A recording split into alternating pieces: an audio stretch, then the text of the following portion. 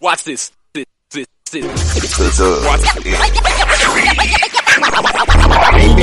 football talk is a big hit. Sunday nights to Wednesday nights, we striking a match cause we lit. Y'all know the name, we call it the Dub. On Friday nights, it feel like a club. Getting that VIP treatment on the sideline, they showing us love. Great interviews, go Hoods. Putting in work, go good. Texas youth and high school talking to page on Facebook. Hold up.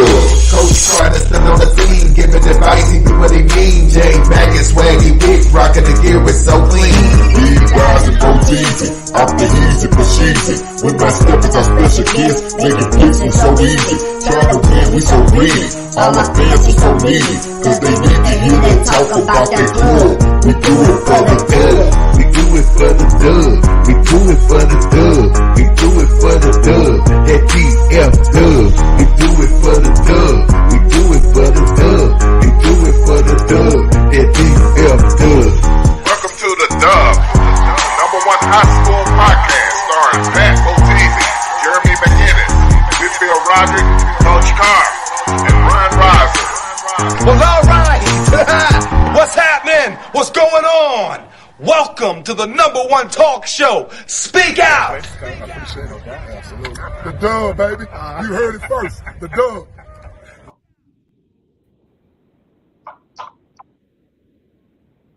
All right, we are live. J Mac is frozen. This is his show. Where you at, J Mac? Oh Lord, J Mac is frozen in time. He gonna have to drop off and come back on, man. I was waiting on him for the intro, and he still got the same look on his face. If it ain't live, it ain't me. It's your boy Bo. Let's talk about it. Got Swaggy on. What's good, baby? Hey, man, what a lovely week of football. That's all I can say.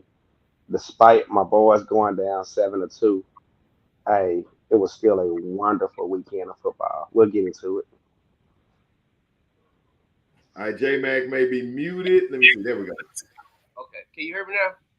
We can hear you now. Boy, I didn't know what was going on. I'm panicking. I'm like, this ain't my show. My whole laptop just went blank. I'm like, what? Yeah, you were frozen for about 10 seconds. I'm like, oh, look, I'm holding the mic waiting for J Mac to speak, and like, I ain't hearing nothing. Hey, man, my screen just went blank, dog. Just like Swag is right there. Right. Man, I don't know what's going on. You know how it is. Sunday nights is crazy. I think everybody, you know what, when everybody is at home on the internet, bro, it go crazy anyway. At 9 o'clock at night, when we do our shows, I have more internet problems. Throughout the day, I have no internet problems. Hey, for real, man. And I think I think the ops know we're gonna be fired tonight because we ain't got nothing but that fire tonight. So it ain't nothing but the devil hate, but we ain't worried about it. We gonna keep it pushing. Yes, sir. Yes, sir. We got some fire interviews. And you know, I know everybody want to talk about it. I know they want to talk about stock, Duncanville. Man, wrong for that, man. No, not on the laptop, man. That's strictly for Twitter on the phone. Hey, yeah. That's behind the scene, bro. Woo!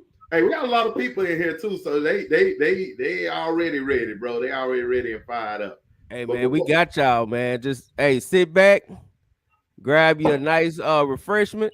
You know what I'm saying? Cause hey, we bringing it, man. Look like it's just us three right now. We don't know what Carr and B Rise. Hopefully they'll be in a little later, but yeah, we gonna be good. Hey, shout out. Oh man, okay, yeah, we got some guests in the background. We're gonna bring in for the quick interview with some players. I saw one of them fall off, so we'll have to bring one in, bring the other one in a second. But J Mac, it's on you. So what you want to do? Hey man, bring with that one in the back, man. Bring the young homie in, man. All right. Yo. There you. So with the family. What's up, man? This is Carter, DB. Actually, this is Swaggy special guest. You know what I'm saying? CC all the way. Yes, sir. Yes, sir. We're gonna let Swaggy take this one. All right, hey man, this my little brother right here from the C. Sir. Defensive back number 12, David Washington. Yes, sir.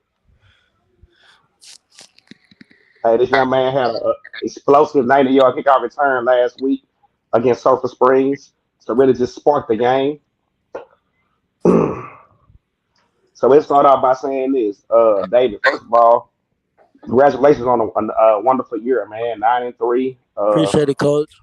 The end goal didn't go as planned, but hey, when you fall, you just pick yourself up and keep going. So with that being said, elaborate on this year, man. What was it like? First of all, coming from South Oak Cliff to Carter, how does it feel this year, just in general, man? I mean, it felt great, really. It was really it was an up and down year. You know what I'm saying? Unfortunately, we didn't get the job done and do what we wanted to. But you know what I'm saying? It was still a great year. You know what I'm saying? Coming in from last year at SOC, I learned a lot over there. I ain't gonna lie. You know what I'm saying? I was over there with Coach Ward, so you know what I'm saying. Coach Ward really was, you know what I'm saying, putting me in that position. You know what I'm saying, to really just be the way I am now. You know what I'm saying? I mean, it was a tough year. It was an up and down year. You know what I'm saying? We had a great offense, a great defense, but you know what I'm saying?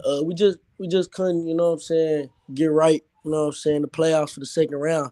But I mean, you know what I'm saying? We gonna be back next year for sure, and we gonna come back harder. But I mean, this year, you know what I'm saying? We had an up and down season, like I said. We fought hard though. That's one thing I can say. We fought real hard. Hey, did nobody give up? Everybody bought in. You know what I'm saying? We made it to the second round. We did something that ain't been done in a long time, making it to the second round and actually, you know what I'm saying? Putting Carter back out there, just to go to the second round. You know what I'm saying? And to go to the second round as a sophomore, as me being as young as I am, it felt pretty good. You know what I'm saying? It was a good atmosphere. Played in North Texas. I mean, it was nice. You know what I'm saying? It was real nice. Hey, Swag, let me jump in there real quick. Braylon, I see you in the background, brother. We're going to bring you in a second. D-Wash, remember talking to you in the preseason, man, and I mean, your excitability, you had the whole team laughing because, you was out there clowning and messing with everybody. Oh, yeah. But one thing I noticed was, I'm like, this kid got a lot of swag, man. You kind of, the way you play, the energy and the confidence and stuff. So after going through a whole year as a sophomore, how's your confidence grown? My confidence grown a lot, you know what I'm saying? I only gave up 4 catches this year, so I mean my confidence is there, you know what I'm saying? Through the roof. I mean, as a sophomore, only giving up 4 catches, that tells you a lot, you know what I'm saying? That just comes with my confidence and my swag, you know what I'm saying? I just do what I do best, you know what I'm saying? Just be me. That's all I've been taught. It's just to be me, you know what I'm saying? You know what I'm saying? Like I was coached by the best, Coach Ward, you know what I'm saying? Coming in from SOC to go to Carter, that's a big turnaround. And like I just play with swag, play with confidence, and just do what I do best, you know? No doubt. And I remember you from my youth league when you was with the Patriots. Oh yeah.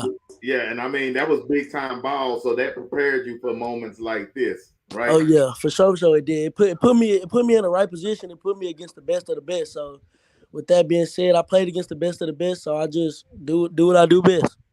Was you on that Patriot team with Marshall? Moore? Yeah, all them on the 13. Yeah, I was number 6 that year.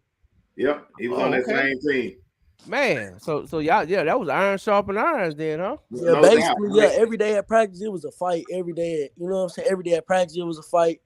Every game, it was a fight. We played the best, you know what I'm saying? We battled against each other, fought hard against each other. So I mean, it was really giving me work. A lot of starters off that team, also because my kid Curvin was on that team as well. Yep. Like even not even some, like majority of everybody, like even the ones that didn't start, like. They over there on somebody varsity team doing something big for their program.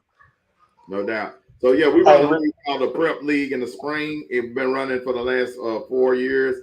Man, y'all join that thing because these kids become superstars off their work. You get better work in the Prep League that we run than you do in junior high school, for real. Hey, real quick, J-Mac. Matt still got me about to cry over here. Oh yeah, I saw that, man. Man, wow. Man, wow, buddy, wow. Man, wow. That's my boy though. I ain't mad at you, Matt. But hey, real quick though, David. Yeah. Let's talk about something that most people don't understand about this year at Carter. You lose your starting quarterback second game of the season against Kemp. Right. You plug in a sophomore running back turn quarterback, which is Cam Patterson. Man, can you tell the people out here how special Cam Patterson was this year to y'all? All right, so first I'm gonna start out by saying Cam is the sophomore. You know what I'm saying? It ain't it's hard to plug in a sophomore into a varsity, you know what I'm saying, a varsity playbook and a varsity game. Cam is young, you know what I'm saying? Hey, Cam is very special because Cam can not only do it with his legs, he can do it with his arm too. But what surprises a lot of people is when Cam gets going, you know what I'm saying? And it's hard. It's hard. I ain't gonna lie. It was hard at first. Like Cam was nervous. Cam was nervous. He was too childish. He wasn't just there yet. He wasn't himself. You know what I'm saying? Like Cam was still young in that childish mindset and that JV mindset. But once he got that varsity reps and the varsity, you know what I'm saying? Everybody start telling him, Cam, come on, Cam. You only take us how far. We only get how far as you take us, bro. And Cam just realized like it's hard. That's a hard job to step up as a quarterback, especially as a young quarterback, as a sophomore. That's hard to step up and become a leader of a varsity team, and not only a varsity team, but take us to be 9-2 or 9 and you know what I'm saying, wherever we is, and still make it past first round. That's tough. So hats out to So my is it boy Cam. That's real tough to take a varsity team as a sophomore to the second round. so is it fair to say that Cam grew up during the Yeah, hey, season? for sure. Cam grew up a lot. Cam went from everybody saying Cam gonna be on JV, and at the beginning of the season, summertime, everybody was telling Cam, bro, Cam, you too childish, fam. You ain't gonna be able to hang with the varsity, bro. You too childish. You need to go ahead and grow up, bro. You playing too much, you know what I'm saying? And Cam finally came to his conclusions that Quay down, and I'm the only one up, so it's my turn. Like, you know what I'm saying? Cam, before every game, for example, I go up to Cam, I say, come on, Cam, bro. No childish stuff, no nothing, bro. Just lead us and do what you do best. He all right, you know what I'm saying? But at first Cam was still laughing and giggling around and you know what I'm saying, being a child, but Cam matured a lot and became who he is, and you know what I'm saying, helped us get to the second round. Hey, so I'm gonna jump in real quick because we don't have that long with you guys, and we got a big audience pulling in. But I want to ask you about opponents. You played Wilmer Hutchins this year, right? Right. And so they have a player named Braylon Edwards that kind of feel like is that same caliber of player as you or whatever. Do you know who the players are on the opposite teams and look at your peer group and be like, yeah, that kid got it too? Hey, yeah, hey, shout out to my boy Braylon. Hey, yeah, I always do. Hey, there you go right there. Yeah, family. Yo, yo. Hey, nah, but Braylon, yeah, of course. I mean, Braylon is a dog, bro. Braylon is Braylon. He a dog. He a young dog at that. He a freshman. That boy gonna hit every time. You know what I'm saying? I even got a little piece of Braylon when we played Hutch. Tried to, you know what I'm saying? Give me a little tap in on him. He just knocked me down. Then he just laughed at me. I've been on them weights. I'm like, man, yeah, I'm already knowing. And now, but Braylon the dog, bro. He gonna do what he do best. Hit somebody. He gonna catch picks. He gonna just do it. You know what I'm saying? And he gonna grind real hard. I Appreciate it. like that. Appreciate it. Yeah, No yeah, doubt, yeah. no doubt. For sure, family. It's all good, fam. I'm glad to have you on as well because you guys will be getting your all district honors soon and stuff. So it'll be very interesting to see where y'all fall on that list. But that puts you on a different level because now they put you in the recruiting game and stuff. So Braylon, welcome to the show. What do you remember about playing against Carter? I remember, me and David being teammates when we was young, doing what we do.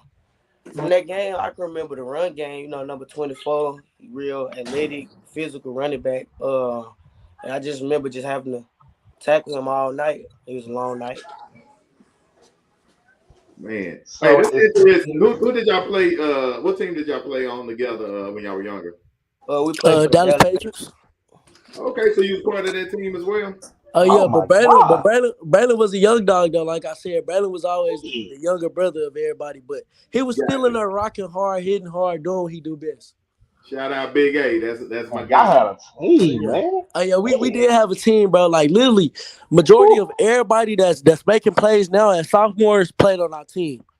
Hey, as a matter of fact, did y'all have a lineman that plays that started in Melissa too? Yeah, Big Owen, Big Yeah, Owen. yeah, Yeah, he, Big he on. I started remember him Melissa. We too. got we got Marshall Curvin. We had Keelan Abrams. We had Reese. we had Jalen Reese.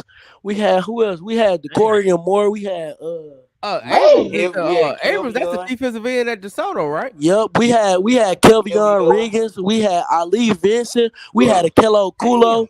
Man, we had a team, bro. that was a monster team, bro. I promise you that. man, We had Yeah, dogs that's an everywhere, bro. all-star team, man. We literally had dogs everywhere, man. Yeah, yeah, I that's what's remember up. we went out of town with them and stuff. They played a big game against a West Texas team. Y'all remember that game? Yeah, West Texas, I remember that game. Yeah, you know, fun I, I got football a stuff like that. I got a question for Braylon. Braylon, first of all, man, I want to congratulate you on an outstanding freshman season, man. Appreciate it. And Appreciate it. it's funny to say that word right there. Let's start with that freshman. You don't hear that word too often, man. On At varsity all. freshman. So, hey, hats off to you, young man. Appreciate it. Hey, you have a bright future ahead of you. And with that being said, man, how does it was you pressured this year as a freshman, stepping into that big role on varsity? I was a little bit at first, but I always played up with older people like my whole little league career. I always been a younger guy, so just I just had to get used to playing up. Okay. And what was your probably funnest game this year, opponent wise? Probably Pinkston. I had a big game against Pinkston. Yeah, I was there for that. Hey, I Yeah. was at that. Hey, Hey, hey, man, family. I was at that. I was at that Pinkston game, man, and I definitely noticed you. Now I ain't gonna lie, I had no idea you was a freshman, homie. I I, Man, I didn't know you was a freshman until like at the end of the year, and I Hey, was like, family that balled number out. six Hey, was a family freshman. balled out against Pinkston. Facts. I was hey like, man, I you was did. like, say, man. But the question I got for you, man, is one thing I do know about you is you got a pops, man, that's really involved with you, man. I love saying that because I'm a former fence dad. You know what I'm saying? I'm a former. Everybody know when my son came up, I was there every step of the way. I didn't miss a workout. I didn't miss a practice. I didn't miss a game. You know what I'm saying? From Pee Wee to college. So just how big is it, man? Just having your pops Leneric there with you, man, every step of the way.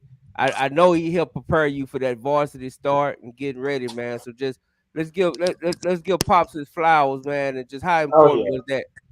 Man, it was big, like every step of the way he was there, making sure I hit the weights, took the proper vitamins, proteins and stuff. Making sure I got my grades right, everything. I go to a different school. I go to a collegiate school, and he helped me with that transition into from middle school to a collegiate school, which was a big step, and he helped me get prepared for that. Already, man. I love to see it, man. I love to see it. But hey, you had a great freshman campaign, man. But now it's only up from here. You know what I'm saying? Uh, I just want to know what are you doing, man, to avoid that sophomore slump. oh, Which a lot of people have it. You know what I'm saying? I can't lie, man. I ain't saying so much as performance wise, but it's just like sometimes, man, when you start off as a freshman on varsity, it's like you really can't go nowhere but down.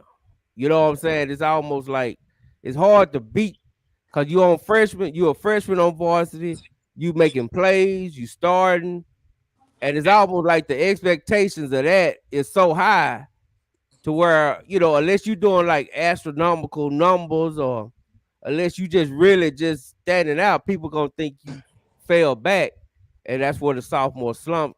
So when I say that in quotations, not to mean as far as you actually regressing, but mm. just it's almost impossible to meet the expectations of what you did your freshman year. So I'm just wondering what's the plan y'all got going through your off season, get ready for that sophomore season.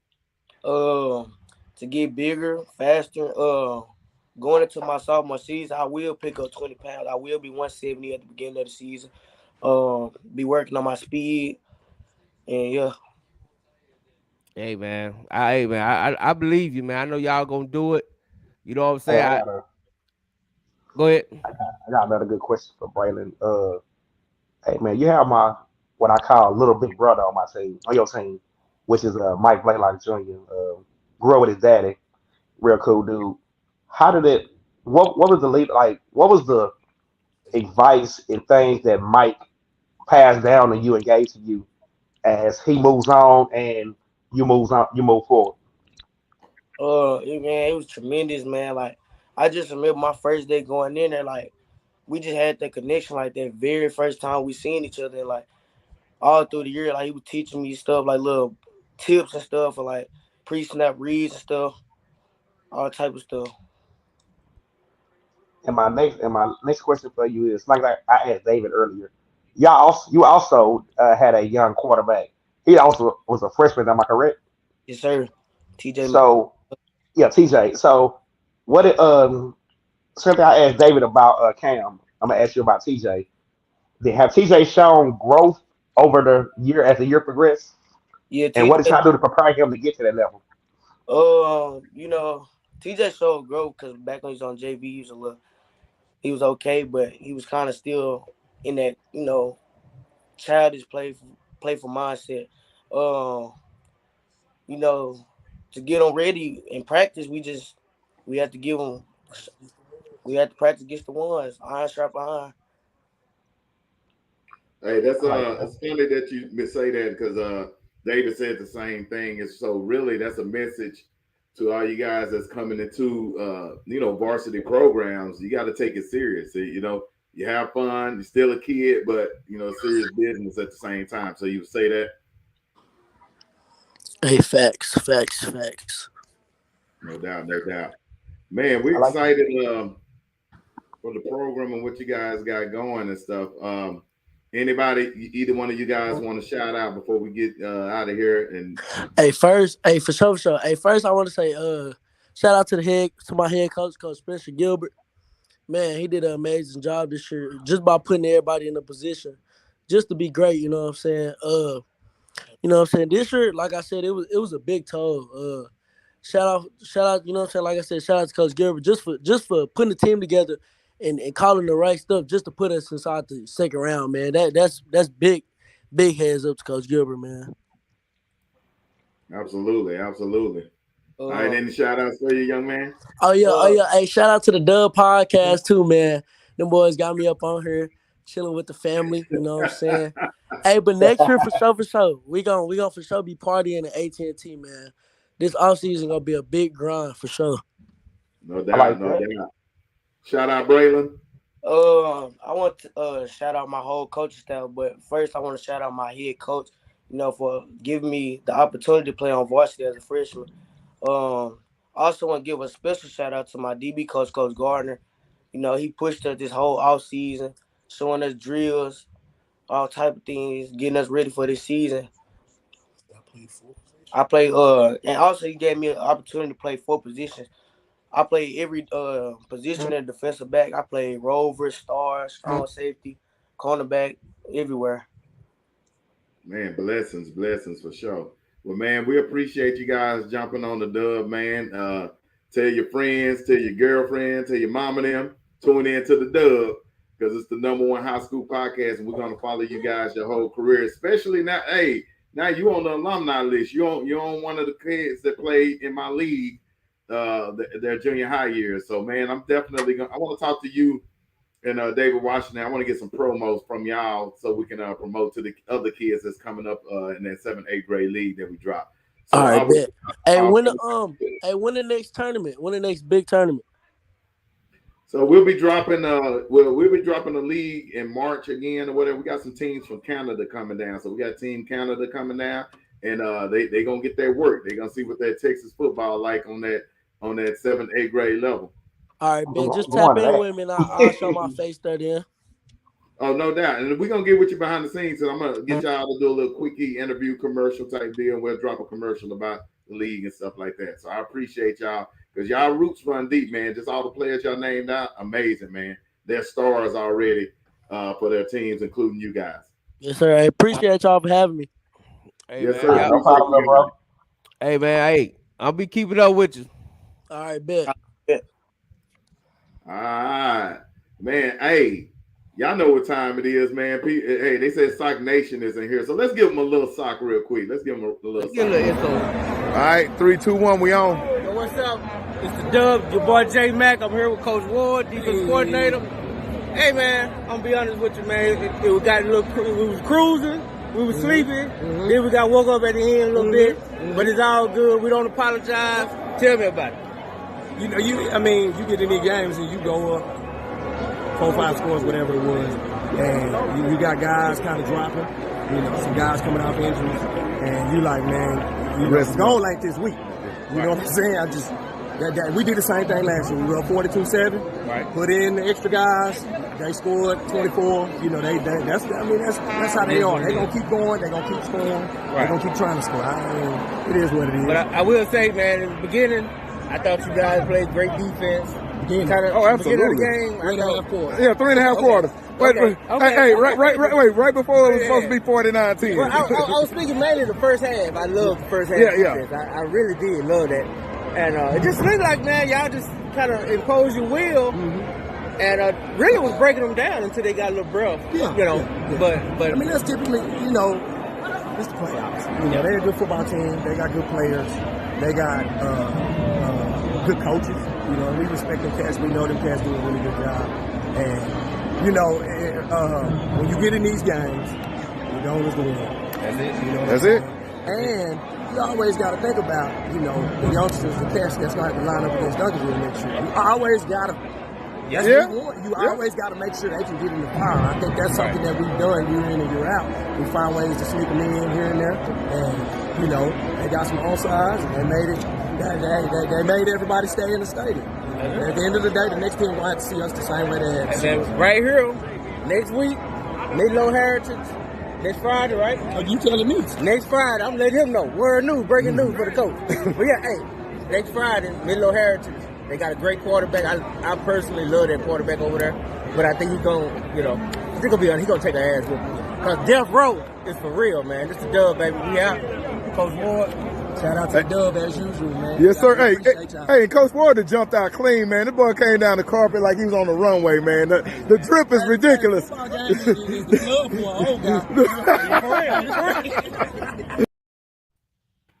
Hey, the drip is ridiculous, but they look like they're on the episode of Entourage or something. Just hey, man, they played the walkout, right?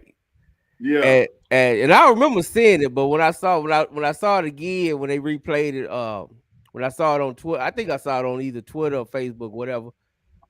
But with Coach Ward, not Coach Ward, when Coach Todd come out there with the hoodie on his head, and all of them, they come out, you know what I'm saying, slow walking. You know what I'm saying? Hey, dog, I ain't gonna lie, man. It's stuff like that. It goes over a lot of people's head, but I get it. You know what I'm saying? I get it. I know where it come from. I know Coach Carter know where it's come from. Hey, man, they let you know right there. When you see that, it's a business trip, man. It's a business trip. And speaking of Coach Carter, welcome, homie. Yes, sir. You muted. You muted.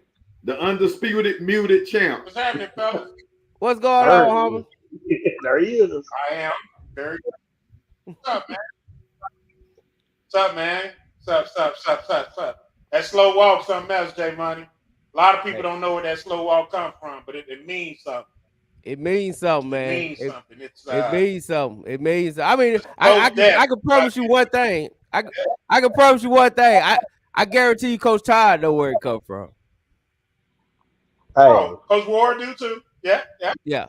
Well, I don't know if Coach Ward will admit it, but I know Coach Todd say it. Coach Ward done built it. Well, yeah, Coach Ward had to feel it. Yeah, you're right. Hey, you know the funny thing about it, man. Growing up in Oak Cliff, it was always divided between Carter and South Oak Cliff. Of course, where I grew up at, and playing a rolling with. And I hated South Oak Cliff for a lot of years growing up. Like, that was the rival. That was the down the street school. But, in the Tide era, I can honestly look in this camera and say, I have a lot, and I do mean a lot of love for South Oak Cliff High School. It's the swag. It's the swag. It's just everything about that school. Just, soccer is one of those type of schools that you just can't hate. It's the culture. Like, soccer is like the HBCU of high school. That's basically how I look at it. I mean, from the fan base to everything, like that school will make you root for them, even if you hate them or dislike them, whatever. For anybody out there who dislikes sock or hate sock, somewhere in your heart, you're gonna say, you know what, I want to root for them, man, because that's the kind of thing, that's kind of swag those kids and that coaching staff give you, especially you down the field with them. Like they just make you feel so at home and so welcome. So yeah, I got a lot of respect for South Oakland High School, and that's just being real. For sure, man. For sure. So hey man, y'all want to start there or y'all want to start on on Friday games, Thursday games? Yeah, let's I start tell, Thursday I tell you and what, piggyback up. we got Tonka Harvey in the green room, so we Hey, definitely bring him on, man. yeah, we can Yeah, definitely bring them start on that. in. Third on Friday games. Yo, There he is. But Hey, you gotta cut it off. You got something going on, talk. yeah, you yo, can might you hear me? yeah, you might turn your sound down. Can you hear me better? The boy got the He mic popped out and of nowhere. everything. Yeah, y'all hear me better? Yeah, Yeah. just turn it up a little bit more, just a little bit. Little ski taste. There it is. All right, here we go. Here we go. What's going on, fellas? All right. What up, though? What's happening? What's happening? It's cold outside, man. Them Cowboys long. What it do, baby? Hey man, we living good, homie. Man, We living good, homie. Man, I'm trying to it's tell going you. down. Hey, I survived 2 weeks of sitting outside in the cold, so I'm good. I'm good. I'll be able to be healthy for this week's game, so let's get it going. Hey, Big T, look at that. What's happening? Look at that. I got it on, man. Yes, sir. I ain't even tripping with it. Yes, You know what I'm saying? You know what I'm saying? I ain't even tripping with it. Ooh, I ain't got nothing good to say. I already know, Rod. I already know. It's all good, though. Just It's tune in all tomorrow good. night, though. Tomorrow For night, sure. just tune For in. sure. For Hey, sure. Hey, For Rod, sure. don't let us mute your mic. Just keep it clean. Yeah, I know. I was just for the same, man. We All I all said heard was, enough of Swaggy for the night. We good now. hey, you know what though? Real talk. I am kind of happy y'all won because they put the Vikings at 2 losses now, so we can just start to slowly creep up Yeah. for that number 2 spot. So we good. Yeah, I think we did a couple of teams in the NFC a favor, so appreciate Y'all Yes, that. did. sir. Yeah. Hey man, I'm getting kind of jealous, Big T. Man, you look like you over there slimming down faster than me, dog. What's going on? She Hey ain't man, feeding you. hey What's man, going hey, she on, man? leaving, but I'm drinking plenty of water. You know what I mean? That's the key. That's Hey man, truly the key. I'm drinking plenty of water. Water Yeah, based. boy. Is that water like one of the ingredients in that cup? Right. Ain't that what the We got ice that made out muddy of? water. That's what the ice made. That muddy water. Oh We man. ready. Yeah.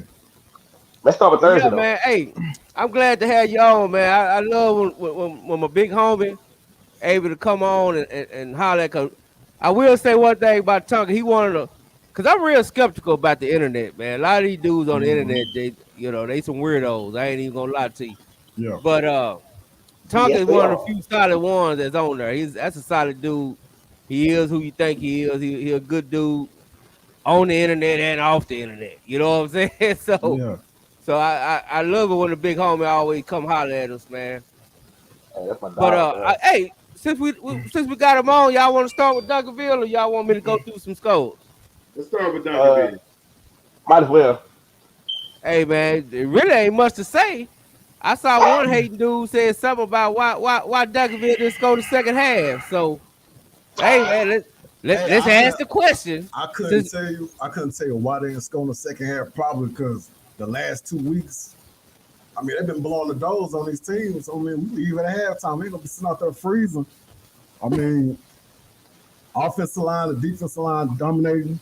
Especially the offensive line, especially with their zone blocking. And Decorian Moore, his time is coming.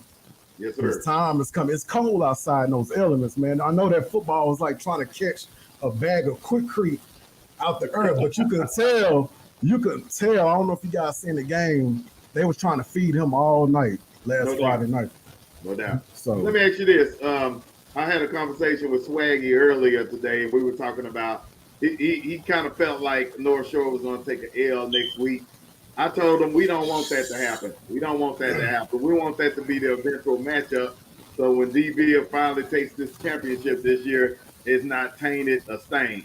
In Yeah, your opinion, do you want North Shore or you don't care who you get? I want them all day. I don't want Westlake. I mean, if we end up playing Westlake, that's fine. I'm taking it one game at a time, but we want North Shore. We want them boys full strength, 100% healthy. Yeah. Well, I'm gonna say the same thing I told both seasons earlier. North Shore is on upset alert this week. Katie's Cinco Ranch is not gonna be a pushover. Yeah. Never have been. North Shore is wounded. Caleb Bailey, not Caleb Bailey. That's it, right? No, that's the Soto quarterback. Um, No, that's it. That's North his Shore. name, Caleb Bailey. Yeah, I thought so. He's still, KB. He's still hurt for the rest of the season. They said So the other stuff. Instead of sophomore they got in there from JV, he all right, but okay, he not. okay. Yeah, so I believe this is the week. I mean, They out of there. I keep hearing people saying that they should stick with Amador at quarterback. But I Yeah. mean, you taking another weapon off your receiver core. You know what I mean? So Right. I mean, I don't want to hear no excuses because every time we told them boys that hey, JJ got hurt They got hurt. in that walk game, and Yeah. they don't see that. So I don't want to see that from their side. I want them boys 100% healthy. We got a sophomore quarterback. They got a youngster quarterback. It's gonna be all balanced across the board. No doubt. And as a former alumni, I'm an alumni. Both my sons played there, and I'm a fan. I want to see them play North Shore. Like it's just more sweeter when you get it that way. It is. Yeah. And Yeah, ain't no doubt, dog. We don't want no backdoor championships, dog. We gonna take it. We gonna take it head up. You know, one game at a time because even though I believe Duncanville could pull it out against the Woodlands, they need to go on there playing disciplined football because this is the time of the playoffs where you need to play disciplined football. And the referees, it's against the Woodlands. And I guess what's that quarterback name? Mabry Matoya. Yeah, the Woodlands got some ballers over there. They got some ballers. This is the only thing that gets me though. All thing about the Woodlands his name. The Woodlands lost to Lucani. That's the only thing that gets me. Lucani beat the Woodlands. It's playoff football. Yeah. It's playoff football. He's 6'5", 220, pocket quarterback. Loves to sometimes run the zone read. Sometimes he can run. I mean, he's not no Lamar Jackson like that, but he can run for his size. I just want the defensive ends to stay home, play outside containment, and go feast. That's it. And I believe they can pull it out. Lawrence starter kid. He looks just like. As a matter of fact, North Shore blew out the Woodlands. Let's say this. That's the best defense in the world. Yeah. I don't care who under center, because he ain't gonna have the best receivers on the field. He's not gonna have the best line on the field. He gonna lose at every level on that defense. You know what I'm saying? Like that Duncanville defense is different. They're different. And Carlos Daniels is different. He plays like the best player in his class. When he's on that field, whether you're a senior, junior, sophomore, he is the best player on that field. Would you say? Go ahead. That's it. Would you say every time Duncanville steps on the field, he's probably like the best player on the field from both teams? Absolutely. Yeah. Whenever he's on the field, he is the best player on the field. And the second best player on the field is number 28. Oh, yeah. 28. So 29. Really, 29. Duncan, you remember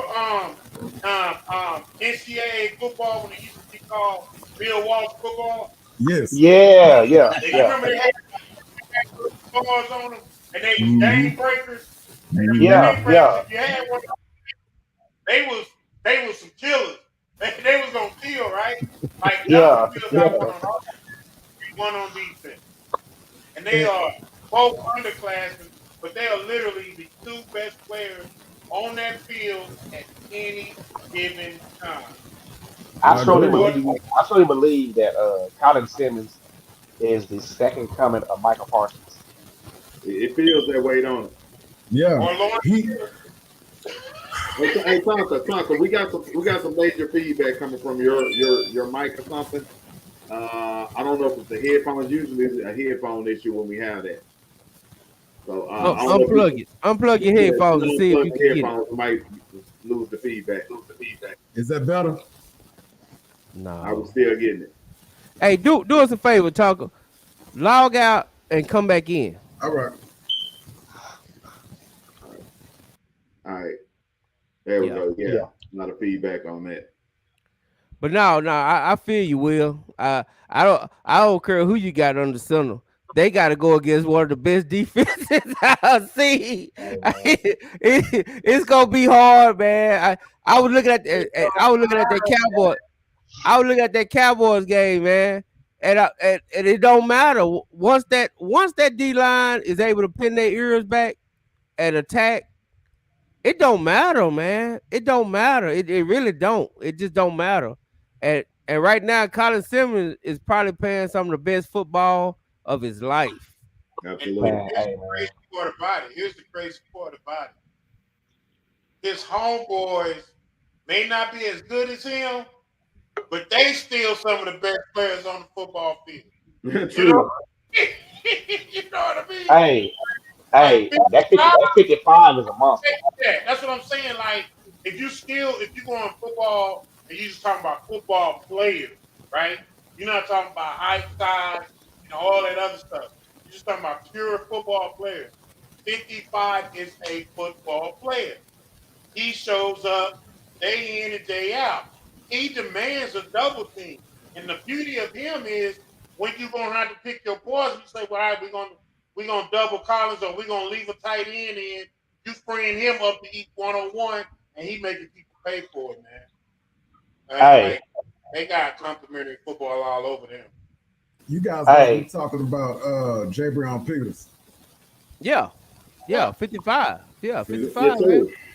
Yes, sir. Hey, so we lost 2 this weekend, which is Lancaster and Carter. So we still got hope for Duncanville, DeSoto, SOC championship. We still got hope for it. Hey, we gonna get there, Swaggy. Can I get you to quit skipping around? I'm just saying. Let me get there. Let me get there, Swaggy. We gonna get there. We got hope. Hey, Tonka, do me a favor, because we can hear you.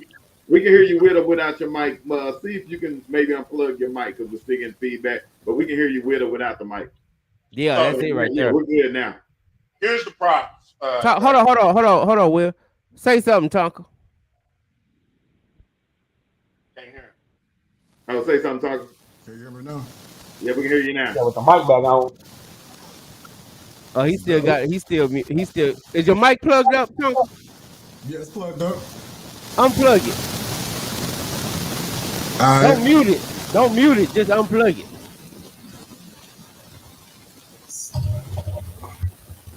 Probably got to go without the mic. There it is, right there. Yeah, he got a smoke for real. Yeah, I got to get there. I got to get that squared away. Yeah, just unplug your mic. We can hear you regardless. There you go. Say something now. Oh, we can't hear him. Nah, can't hear him without the mic. Yeah, maybe because the headphones are plugged up too. Headphones are plugged up. Might have to unplug that too. He need muffler mic. Unplug it. Unplug it. Okay. Unplug the headphones. All right, can we hear you now? I still can't hear you. Dang, that's jacked up. I guess we're gonna have to listen to you in the wind tunnel. Plug everything back up. That's hey, come on back. Just come on back. Come on back. The wind tunnel. Computer. Hey, you know it's another way you can get on through your phone too, where we'll be able to hear you even clearer. Yeah. All right. Hey, Taco. Yeah, there you go. Hey, what we gonna do, Taco, is just we're gonna mute you until you get ready to talk. Okay, work. All right. And what you was saying, Will? I don't know. I was freezing. I was in the wind tunnel and I was getting blew over. Hey, Will, why you look so small tonight? Like, I know it, dog. He got the camera way back. Hey, I'm on Tonka work that water plant. Will looking like Beetlejuice. There you go. Hey, there you go. Hey, Will look like he on first 48. You know, first 48 they had Yeah. They push way back. Yeah. In that interrogation room, cold as hell. Hey, for the fish on all his homeboys over a sandwich. No, but hey, before we move off of Duncanville, man, just what y'all think about that? The matchup? I know we're gonna talk about it more Wednesday, but just about Duncanville, to me, it was an impressive victory. I'm just gonna be honest. They dominated in every category. Matter of fact, shout out to my man, Coach Allen and Coach Rowe. But how the hell y'all lose to Wiley? We ain't gotta talk about it. But I'm just saying. We ain't gotta talk about it. But I'm just saying. Hey Jay, while you're on the subject, shout out to the which one is it, Coach Eastside? Which one of the Wiley people? Oh, Coach Eastside. Yeah, Coach Eastside. Where is Coach Eastside? Do I need to send him a link? Where is Coach Eastside at? Hey man, ain't nobody coming over here. East side done fell off, north side done fell off. Hey dog, let me tell you, dog. BJ out here telling lies, dog. What'd he do? What'd he do? This is terrible. Dog, we can't find nobody solid on. You know what? I'm gonna hold hope for Eastside. I'm gonna send him a link and see if he pop on. But BJ just fell out, dog. I thought he was better than that. But you know, you can't trust them light-skinned dudes from the north. I'm just saying. I'm just saying. I ain't trying to imply nothing. I ain't trying to go racial. I'm just saying, don't trust no light-skinned, proper talking dude from the north. That's all I'm saying. I ain't seen him in a good minute. I ain't seen him in a while. Yeah, I ain't seen him at all. He just disappeared off the book. Coach Northside going through some things right now. Okay, right now he's dealing with the fact that Allen is not Allen anymore, and he's having a hard time coming to grips with that. And I talked to Coach Northside. He called me, and that rhetoric that you're spitting is the reason why he's not coming on here, Jeremy. He told me that he don't like the way that you confront him and talk about him. He said when Allen get back on top, he'll be back at you. Hey man, shout out to my homie Kaiser, dog. Kaiser, we need you to take over for the North, homie. We need you to take over for the North, homie. Because you know, one thing I'm about to say it, man. And I hate to say this, dog, but ain't nobody solid up north, homie. Ain't no solid dudes up north. Prove me wrong. Hey, the North still got some. Hey, they still got Prosper, Anna, and McKinney going strong. Hey, we need a new North side. He's talking about the correspondence. I'm talking about fans. I'm talking about fans. I'm talking about correspondence. Oh, okay. That's it. You know we ain't talking about the teams. The teams are balling. The teams are lacking representation right now. Ain't no representation. See, everybody like to talk about the South, right? Everybody like to talk noise about the South. But you know one thing about the South, and the reason why people cater to the South is because we show up. We ain't lose or draw, baby. We gonna be here. We ain't going nowhere. Who got the echo? Whenever you need to speak, just raise your hand and I'll bring you in, brother. Hey, Tucker, if you got the show playing somewhere, cut it off. And just go off of StreamYard. All right.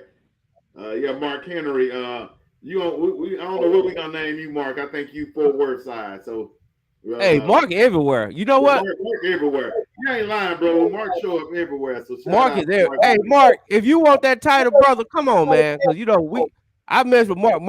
Mark is solid, dog. I love Mark. Mark is solid. He ain't never been funny acting. He ain't never been tripping.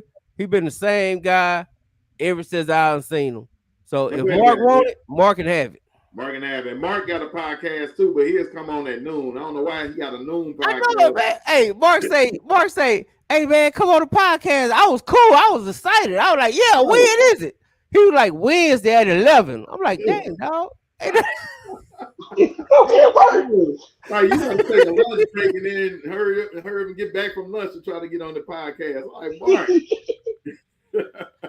Hey, we can't do it at. Hey, I love to come on with your homie, but I cannot do it at 11 o'clock on the Wednesday. I ain't even gonna lie, man. I'm driving. I'm driving a big rig at that time. I ain't gonna lie to you. Hey, I got to lunch at 12. I can get on with you, buddy. Hey, I can get on with you too, Mark. I'm actually working from home, so I can kind of mess with you. But I was like, what? When I saw that time, kind of surprised me. But yeah, we need a coach. We need a new coach, North Side. We need I don't know what's going on the East Side because Twix normally be with it. Hey, I'm finna send him the link, bro. Do we need a coach West Side? Who gonna represent the West Side? Hey, Mark got all that. If we got Mark, we got all that. I'm telling you. We got all that. Payco. But you know, it's better. It's better when you have a fan that's from that area. So we need a coach West Side too. Somebody to represent Fort Worth, Aledo, Abilene. I ain't gonna lie, dog. It really ain't nothing solid in Aledo. They kind of funny acting out there too. You know what I'm saying? Yeah. I mean, technically, they really ain't even DFW, but I'm just saying. Jeremy, let's be honest. You a lot of people off. Yeah. He said. You do. You run a lot of people off. And then you try to figure out why we don't have people. Hey, man, I only run off the people that ain't meant to be around. I mean, whatever their reason for not being here, Jeremy, because Northside came on 2 shows and he couldn't stand the pain or the rain, but he didn't come back south. And he never got in his car to come south. That's our bad. Wait a minute. Let me defend J Mac. That wasn't J Mac on that one. Coach Ty ran his ass off.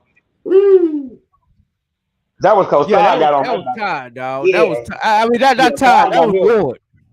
Yeah, one of them got him that night. He was silent.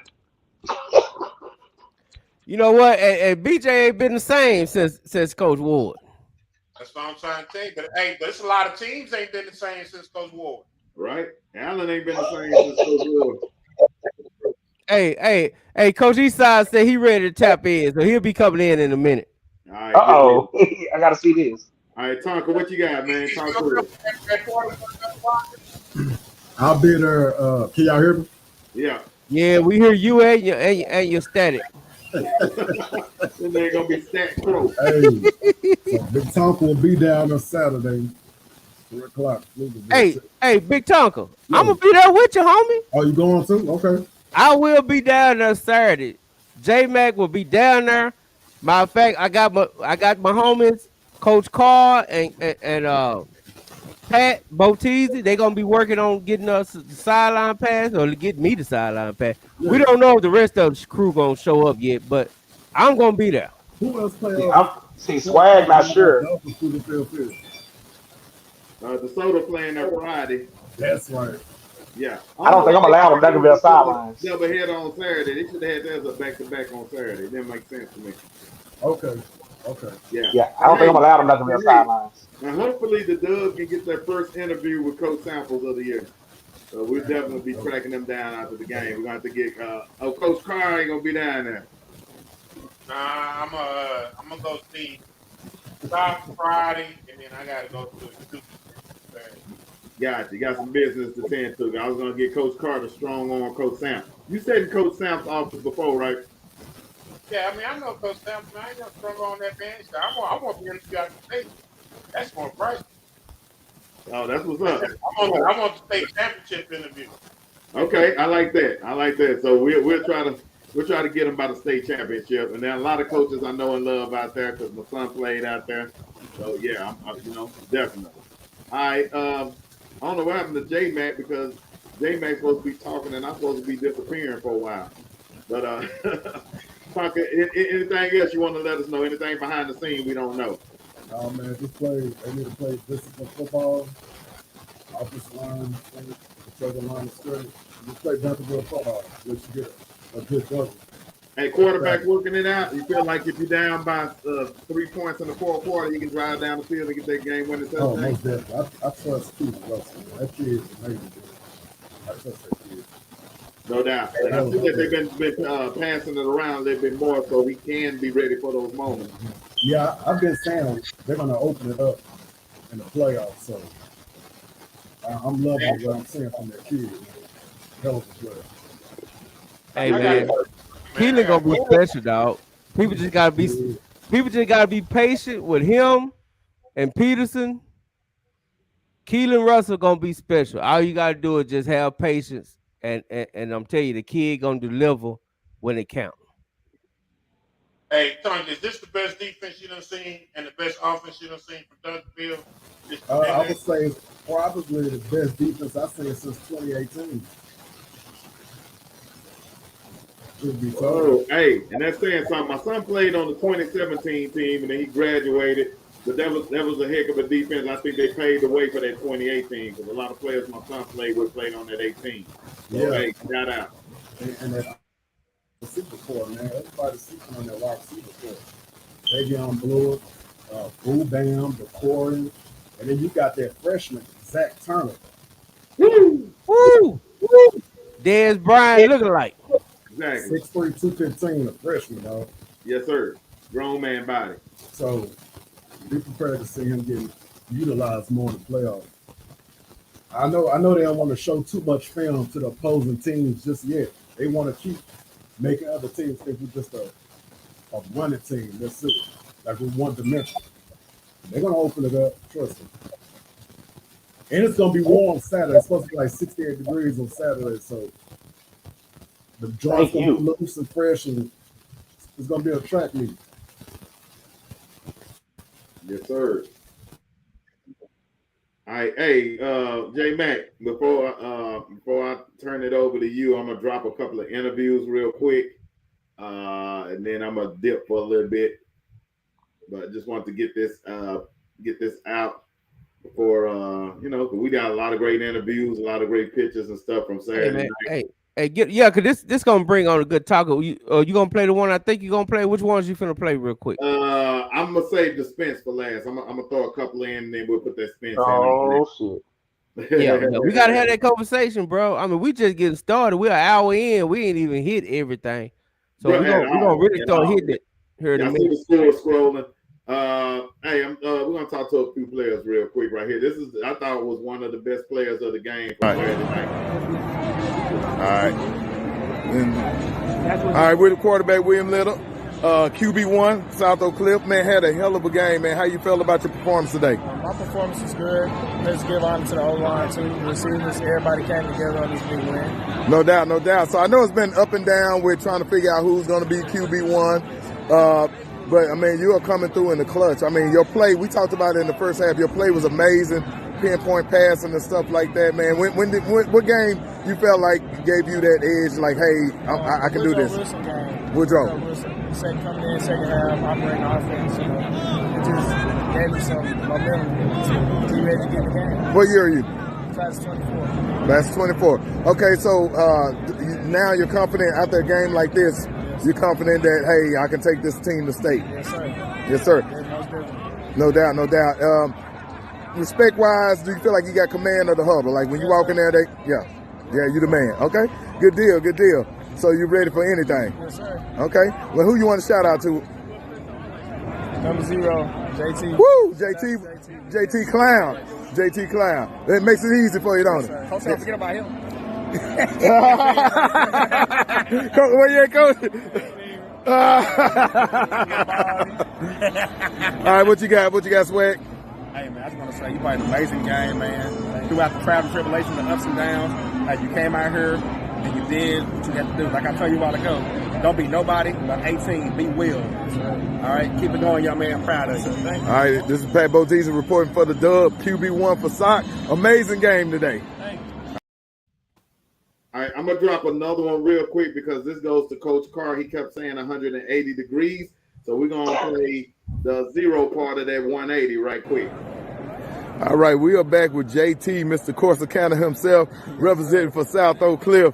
Man, how it feel today to get out there and show up and show out? It wasn't just showing up. Sure. It felt great, just coming out and showcasing my talents and showing what I could do at the best capability and early in the game, showing how I'm a game changer.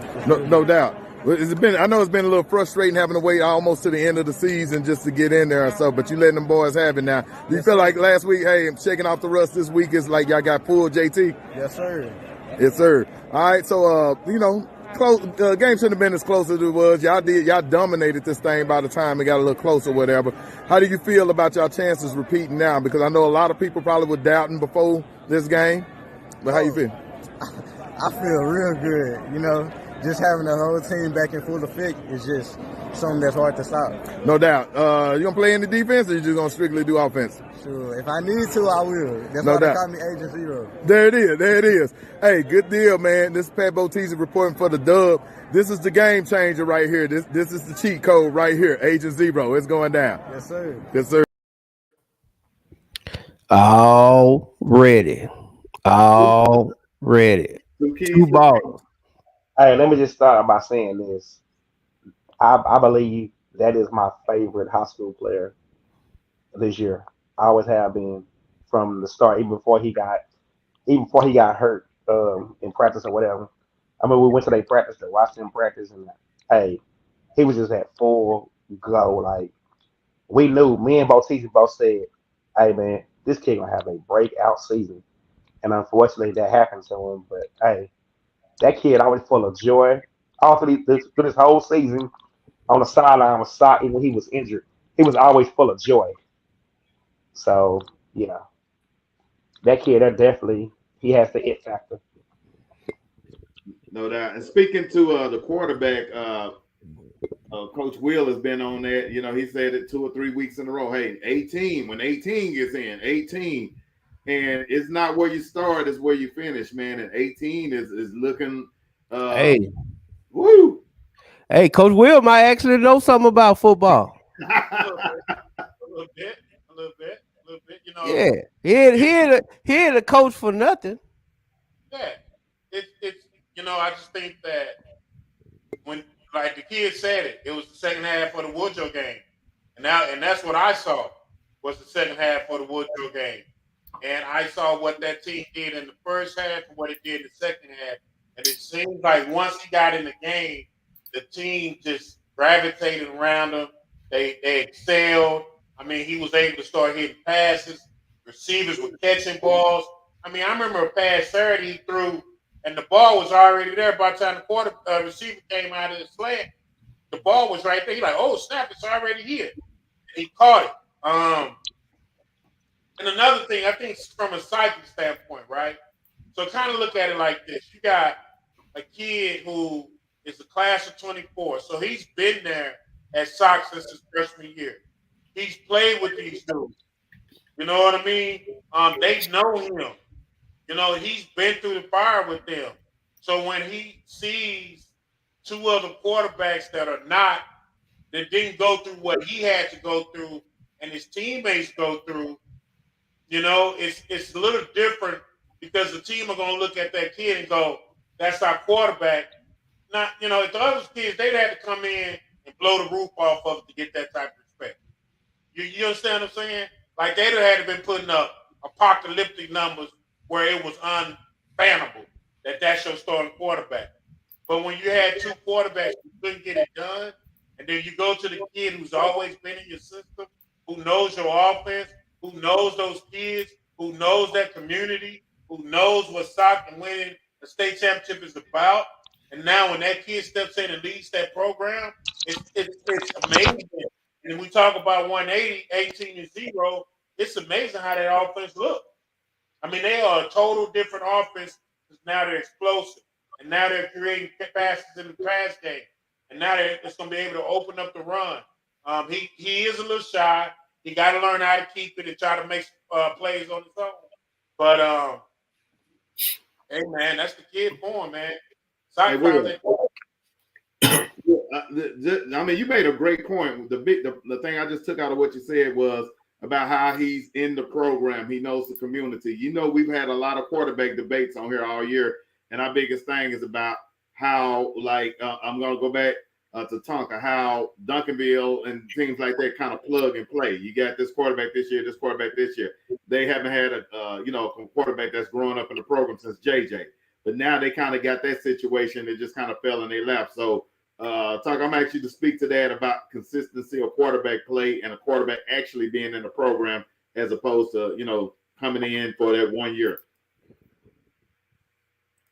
Hey, that's good for Coach Eastside to talk about too, because I think his son grew up in the program also. Exactly. All right, Talk. I'm gonna let you go, and then Eastside, you next. I mean, folks have to realize that there ain't gonna be another JJ. Maybe, but they gotta let that trying to compare that quarterback to JJ, they gotta let it go. He's gone. He's over there in Utah playing his butt off, so he's gone. But having a quarterback, I mean, just having a quarterback sitting in the program and just learning the system, I mean, it's beneficial to the team. So that's all I really have on that one. All right, Eastside. Coach Sean Edwards, what's going on, buddy? Welcome back, Coach Eastside. Coach Eastside looking like Jerome Bettis. Right. Can you hear us, Eastside? Y'all, wrong team, bro. Wrong team.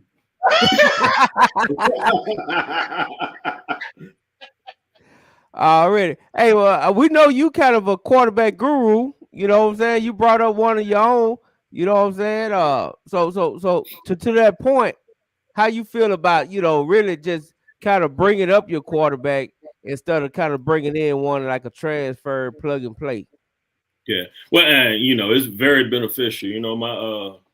My son grew up in a program in Mesquite, and in a way he was fortunate because when the new high school coach came in, I think Chance was in 7th grade, and he set the program up to where the middle school was kind of running the same plays as the high school.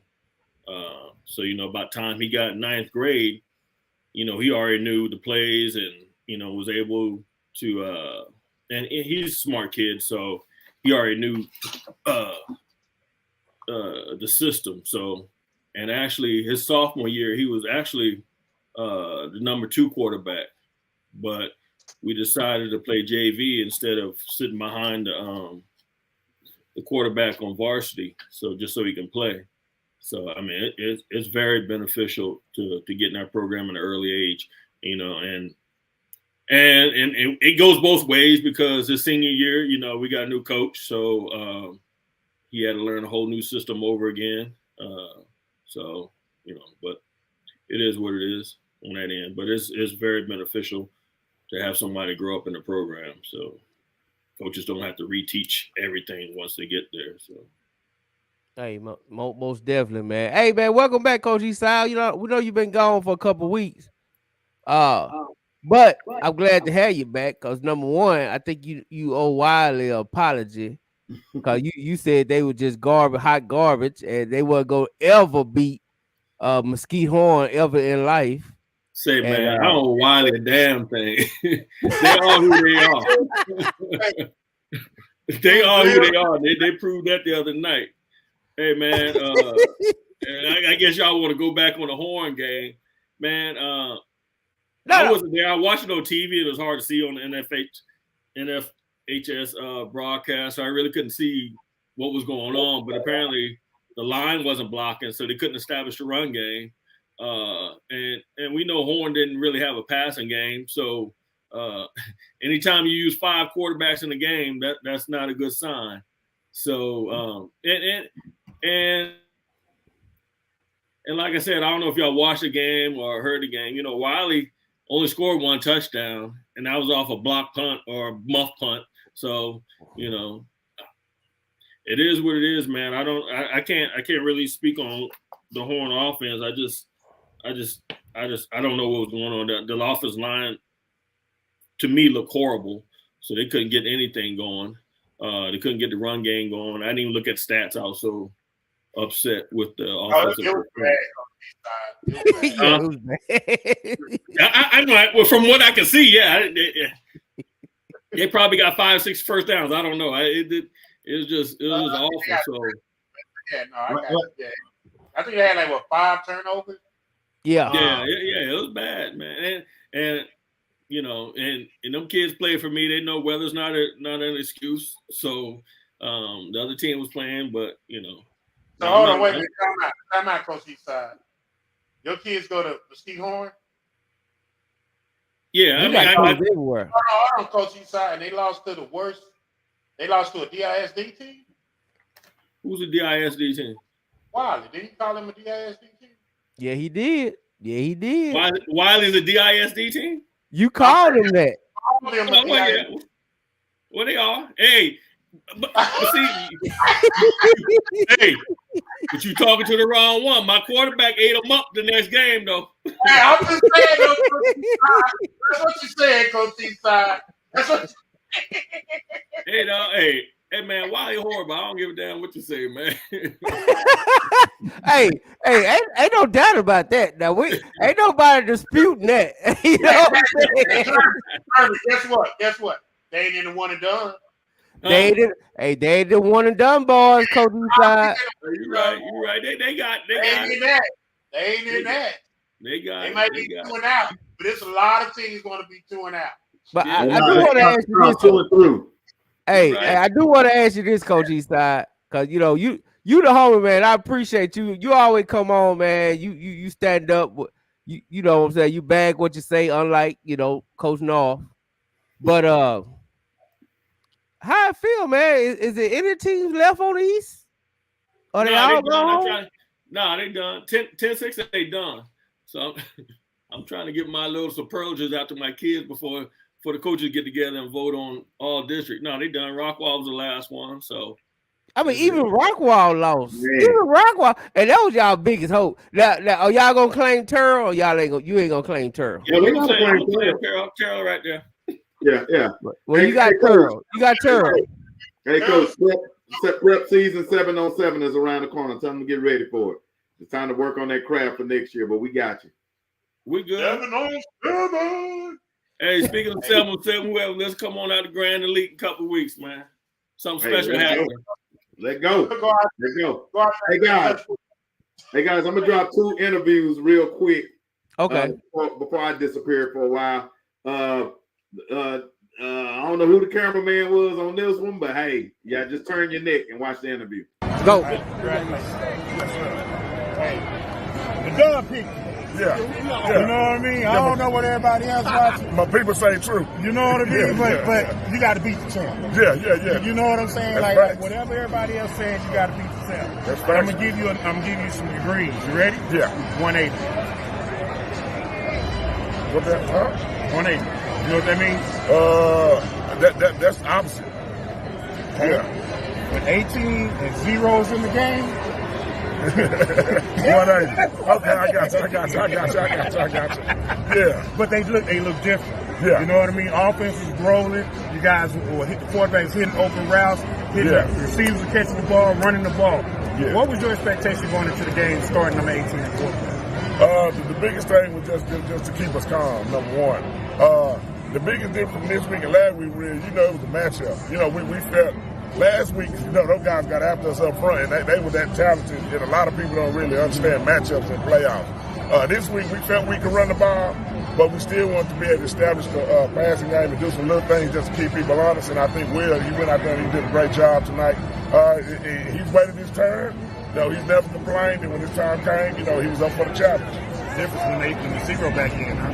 Yeah, zero, yeah. And people got to really see what type of back he really can be. You see him kick out of some of those things. It's some things we saw, and it goes back to what you were saying, earlier years ago. We playing in Duncanville, a couple of them runs, and he gets those balls, against Duncanville, it probably pops on out of there, versus DeSoto, some of those teams. So getting him back in the mix and then bringing him in slowly with limited carries. We keep winning. I think he's gonna run for 1,000 yards probably in the playoffs. Yeah, for real. Tell me about next week. Next week I'm trying to get locked in on just the thing of it's Thanksgiving, but it's football season for us. Number one, and it's an honor to be practicing when a lot of people not. The Dubs be there. Yeah, the next thing is I always say let's come back to school practicing. So it's making sure you enjoy the time out, but at the same time we focus on the big goal at hand, and that's to get to round 4. And we can't get there unless we play a good mid-low. The Heritage team had a great game last night. We got to get on some film study on those guys, but we're gonna be prepared to play Friday or Saturday, whatever day we play. How does it feel being a defending state champion? It feels good as long as you keep defending. That's nice. So it's all about you get knocked out. I guess that's when you lost all your mojo. But like I told the newspaper, don't ever count us out. Because we take a lot of stuff personal.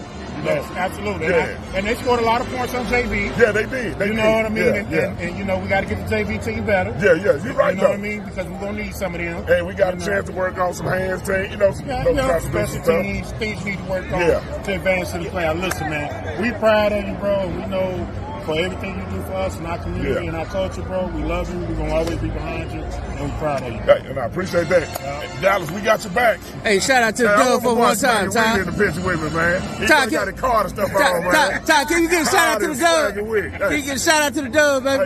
Hey, shout out to the Dub, man. Hey, the only people that pick sock. That's it. Yes, sir. Already. You know what I'm saying? Hey, man, I got to get Eastside take on this. You know what I'm saying? Because, he lonely. He ain't like nobody else over there playing. So I got to get Eastside take. And then, of course, I got to get the big homie. You know what, Tonka? I can't call you the big homie no more. You over there with them narrow shoulders and carrying on. You lost too much weight. You just lost too much weight, homie. Yeah, we got to build you back up, homie. But go ahead, Eastside. Tell me what you think about that great Sock victory. Hey man, I had a lot of questions about Sock and the quarterback. So, show and prove. You got to beat the champion, like Coach said. So y'all help me out since y'all watched the game. Y'all was at the game. Hey, we was there, homie.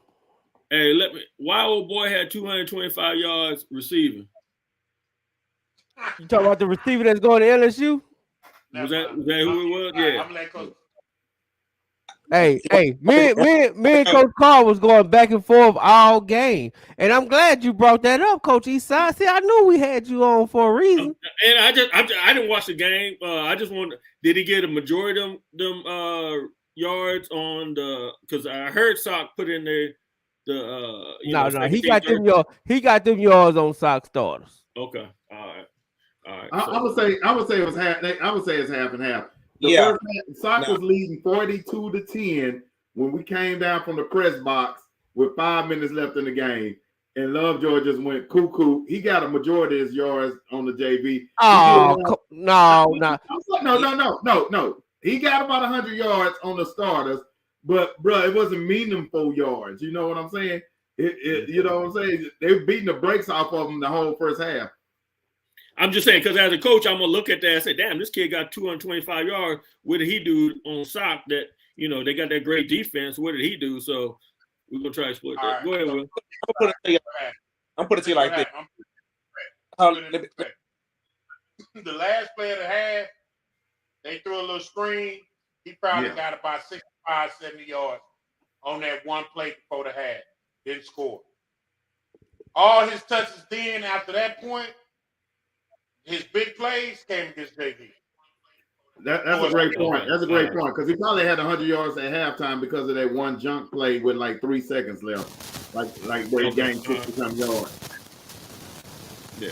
Hey, go ahead, Swag. I know you was trying to say something. Oh, go ahead, Swag. Hold on, Tom. Hold on. I'm basically saying the same thing, man. Like, if his yards without rinky-dink plays, like little 5 yards every now and then, 10 yards every now and then. It wasn't no spectacular play. He had one spectacular play on Muhammad, just one, and that was I gotta give it to him. That was a nice ass catch. It was like a 30-yard pass. Mm-hmm. But other than that, it was on JV. So yeah. Can I get you the real quick, Botiz? Can I get you to highlight what Matt Stepp said right down there? Okay, let me check that out. Let me check it out. He said he ain't seem to be talking that good talk. You know what I'm saying? That kid going to LSU for a reason. That wasn't no fluke.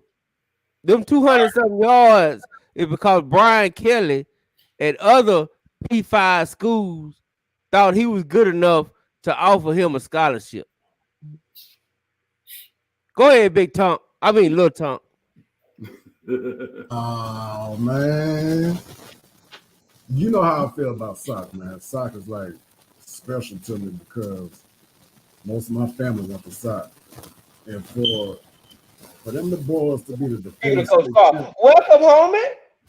Yes, sir. You muted. You muted.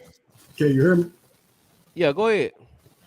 Yeah, you know how Sock, man, that bloodline runs strong in my family because all my family went to Sock, and I got a special place for Sock, man. For them boys to be the defending state champs and people count them out every week, I love to see it. I love to see it. So much love to Sock, Coach Tyler, Coach Ward, and all them boys, man. Keep doing the damn thing, man, and keep showing these boys the heart of Oak Cliff is hurt. That's for Yes, real. sir. Yes, sir. Hey, real quick, all I gotta say is this: when he had 225, when he had 2, it don't matter. I just love the joy, and keyword is love, the joy of seeing South Oak Cliff. Move on. Already. Hey, so I think was that Matt that said he had a 54-yard reception in the first half? Yeah, he did. Matt talking that good talk, man. Y'all highlight Matt, cause see, I finally got somebody on my side that understand that this kid is really legit. Cause Coach Carr, me and Coach Carr, and shout out to Matt, cause your homie Mike Roach, he even sided with Will Carr. So you need to talk to your homie, Matt. But I'm just saying, this kid is legit, dude. I mean, like people trying to act like he ain't really like that. This is an LSU commit that was going up against a Texas commit, and he won his reps. He didn't win all of them, but he definitely won some of them. Well, the reps were said 28-10 at halftime. So we're gonna move on to this last interview I got before I go and chill up front with my wife and let y'all have it. But let me see. This is the one that you wanted. We're gonna drop it like this. Man, it's your boy Jay Man from the Dub. We're here at the Sock Lovejoy game. We just had a great victory. 42-37 Sock took it. Y'all know I had to come talk to the young bull. The young bull right here, man. Congratulations, Spence, man. How you feeling? Man, I feel I'm really mad, but I'm happy we going on to the next round. The score really was 42-10 when our ones in. Then we put our third string in, you know, try to get them some burn. But hey, it is what it is. Like Willow say, we just got to get them boys better. But I mean, we came out with the victory, so that's all that matters. So tell me this, man. I mean, I'm feeling that energy. Yeah, man. And you know, you my young homie. Yeah. So just tell me, man. Do you think it was a kind of a classless issue? I mean, like when you try to run up on the backups like yeah, that? the only thing I'm saying is, man, like if Ty do it or Samples do it, you know, on the southern sector do it, or you know, Coach Paul at Langston, they say we don't got no class. We trying to run a score. So we put our backup guys in, you know, trying to get them some playoff experience, get them some burn. And you know, their job is, you know, they keep scoring, they keep scoring, they keep scoring. But deep down in every Lovejoy fan heart and coach heart, they know the score was 42-10 with our dogs in, and I ride with our DBs. They the best DBs in the nation. They like best DBs in the nation, and they showcased that today. Hey, man, ain't no doubt about it. Not just the DBs, linebacker, D-lineman. Yeah, man. That defense put on a show, man. That first 3 quarters was amazing, brother. You're doing a great job, man. Appreciate Keep y'all, working, man. man. Hey, man, shout out to the Dub, man. Shout out to the Dub. The only people that picked us. Greg Riddle didn't pick us. Dallas Morning News didn't pick us. Nobody picked us. But the Dub. But the Dub, baby. Appreciate y'all, It's man. our family, baby. You know we got you, dog. Appreciate y'all. CMB. Hey, man, I love that, man. I love that. One thing you can't say about the Dub is we gonna keep it real. You know what I'm saying? Right or wrong. Right or wrong. You know what I'm saying? You can call me whatever you want. You can call my Facebook group whatever you want. You can say, oh, they just all about the South Side. You got doggone right. We all about the South Side. We love everybody, but we ain't gonna never turn our back on the South, baby. That's just what it is. You know what I'm saying? That's just what it is. You gonna have to learn to love that, because that's what it is. You know what I'm saying? And but this is the question I got off that interview. I want to start with my homie Edwards over there, Coach Eastside. When is the proper time? Because it seemed like my young bull was kind of disturbed that they pulled out their starters, but Lovejoy kept in their starters late in the game to score points. So what I want to ask you is, is it proper etiquette to concede, or is that just, you know, in this instance, is that Sock problem? If they pulled out their starters and Lovejoy didn't want to, that's on Sock. How you feel about that? All right, so it's playoff time. Regular season, I'm from Barry Switcher, Jimmy Johnson era, man. If they trying to score, I'm gonna score. I don't give a damn what the score is. 70-0, I'm gonna put it. If y'all trying to score, I'm trying to score on y'all too. But playoff time, just like at the Soto game, man, I wouldn't get mad. I'm pulling my starters so they won't get hurt because, you know, Heath was hitting them dudes low, and you got to save your starters. You don't want them to get hurt because you got to make this playoff run, man. You know, Jaden went out. Jaden's done for the rest of the year. So for the coach, man, hey, it's all right. It's all right. It's playoff. They going home. You know, pull them out if they can score. Don't worry about that. Short-term memory, like I tell quarterbacks, that don't mean nothing. Y'all know y'all won. Don't be mad about it. Just, hey, it is what it is. I wouldn't have got mad. I would have pulled my starters anyway, just to save them for the next game. Don't worry about they trying to score. They weren't gonna win. So, yeah. I mean, I feel you on that. I feel you on that. What you think about that, Lil T? I would have kept my foot on their necks, man. Mash the gas all the way. You hear me? Straight up, I wouldn't. If I would have started seeing them put up 14 unanswered points, that's when I get them boys back out there on the field. Would you risk your starters getting hurt though? I would have to. I mean, the game's not in jeopardy though. You just doing it to save face, or you just. To keep that for that momentum to shift like that. 42-37, I would have to get them boys back out there on the field. Hey, and I beg to differ. I'm gonna say this real quick. The game was in jeopardy. They was an onside kick away from getting that ball back, and they scored. I think that last touchdown on the starters. I think they did stick the starters. Yeah, they did. Yeah. And they still got scored in because the momentum was lost at that point. Yeah. What was the final score? 42-36. 37. Damn, okay. But see, a lot of that it was because they kicked them onside kicks on the backups. And I ain't gonna lie, they did, they took their foot off the brake, but we can't use that as an excuse, right? Because, you know, at the end of the day, and we're gonna get to this in a minute, at the end of the day, you know, you held accountable for everything in the playoffs. So you ain't really just overlooking nothing, you know what I'm saying?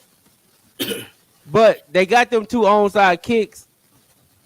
Yeah, they did. And that kind of brought it. They kind of made it iffy. But I give Coach Ward and Coach Todd them props because they had faith in their backups. You know what I'm saying? They had faith in their backups. And, you know, to be honest, the backups kind of let them down. That's all it was. Let me just say this. To the defense of Todd, Stock, and any other team that be in this predicament. It's unfair.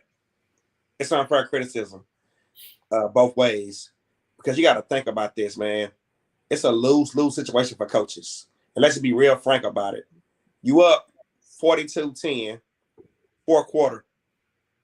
You look over to the bench and you say, hey, we here at Globe Life. We probably won't be at Globe Life no more this year. This kid deserved to play.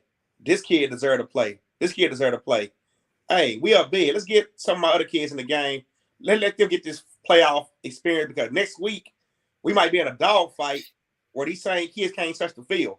So that's one side of the equation as a coach, where you're thinking, hey, I'm thinking about this kid's feelings and emotions of, you know, be able to say, hey, I played in that game.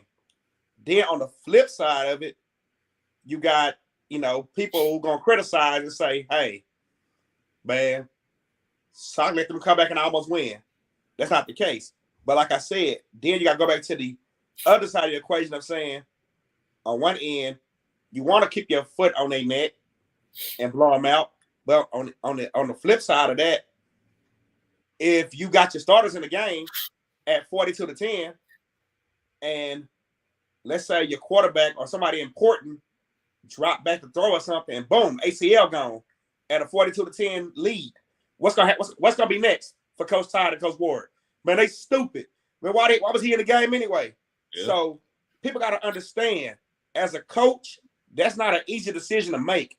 Like 1 minute, you got to say, hey, I want these kids in the game. These kids deserve to play too. They've been in practice all week, all year. They've been, dedicated, etc. But on the other end, you're trying to please people. So that's, like I said, it's unfair criticism to Todd, Ward, or any other school that's like Duncanville, for example. That's a good prime example, 41-0. Some people will say, man, Duncanville should have won that game 70-0. No. If they content with that 41 point, like somebody said earlier in the show, why did they score in the second half? Because they felt like, hey, this is a done deal. We wrap this. Let's get the kids in the game who also come to the practice squad and give reps. So, like I said, for a coach, it's unfair criticism for people to, say these kind of things in games like this. Regular season, that's different. You up 50-0 regular season, like the I done been in some soccer game in the regular season when they blowing out teams. I done seen Coach Todd put in the backups or whatever, and whatever happened. But that's different. But playoffs, hey man, if you up big, you want to see your backups go in the game and get some burn too. Just like Spence said, because like I said, in the end of the day, those kids deserve to get in the game too. And those kids know in practice that week, they know it before the game starts. Man, we go up big. I'm gonna play this week. Hey, I'm gonna say this. Like Lamar Ellison's son at DeSoto Thursday night.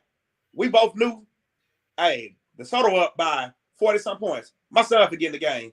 And then surely that's what happened. So, like I said, it's unfair advantage to people criticizing coaches for leaving the kids in and taking them out. So that's how I feel. I'm gonna say this before I dip. I don't think we're doing any unfair criticism. I think we're just talking about the subject at hand, what we saw and what unfolded. This is Texas high school football.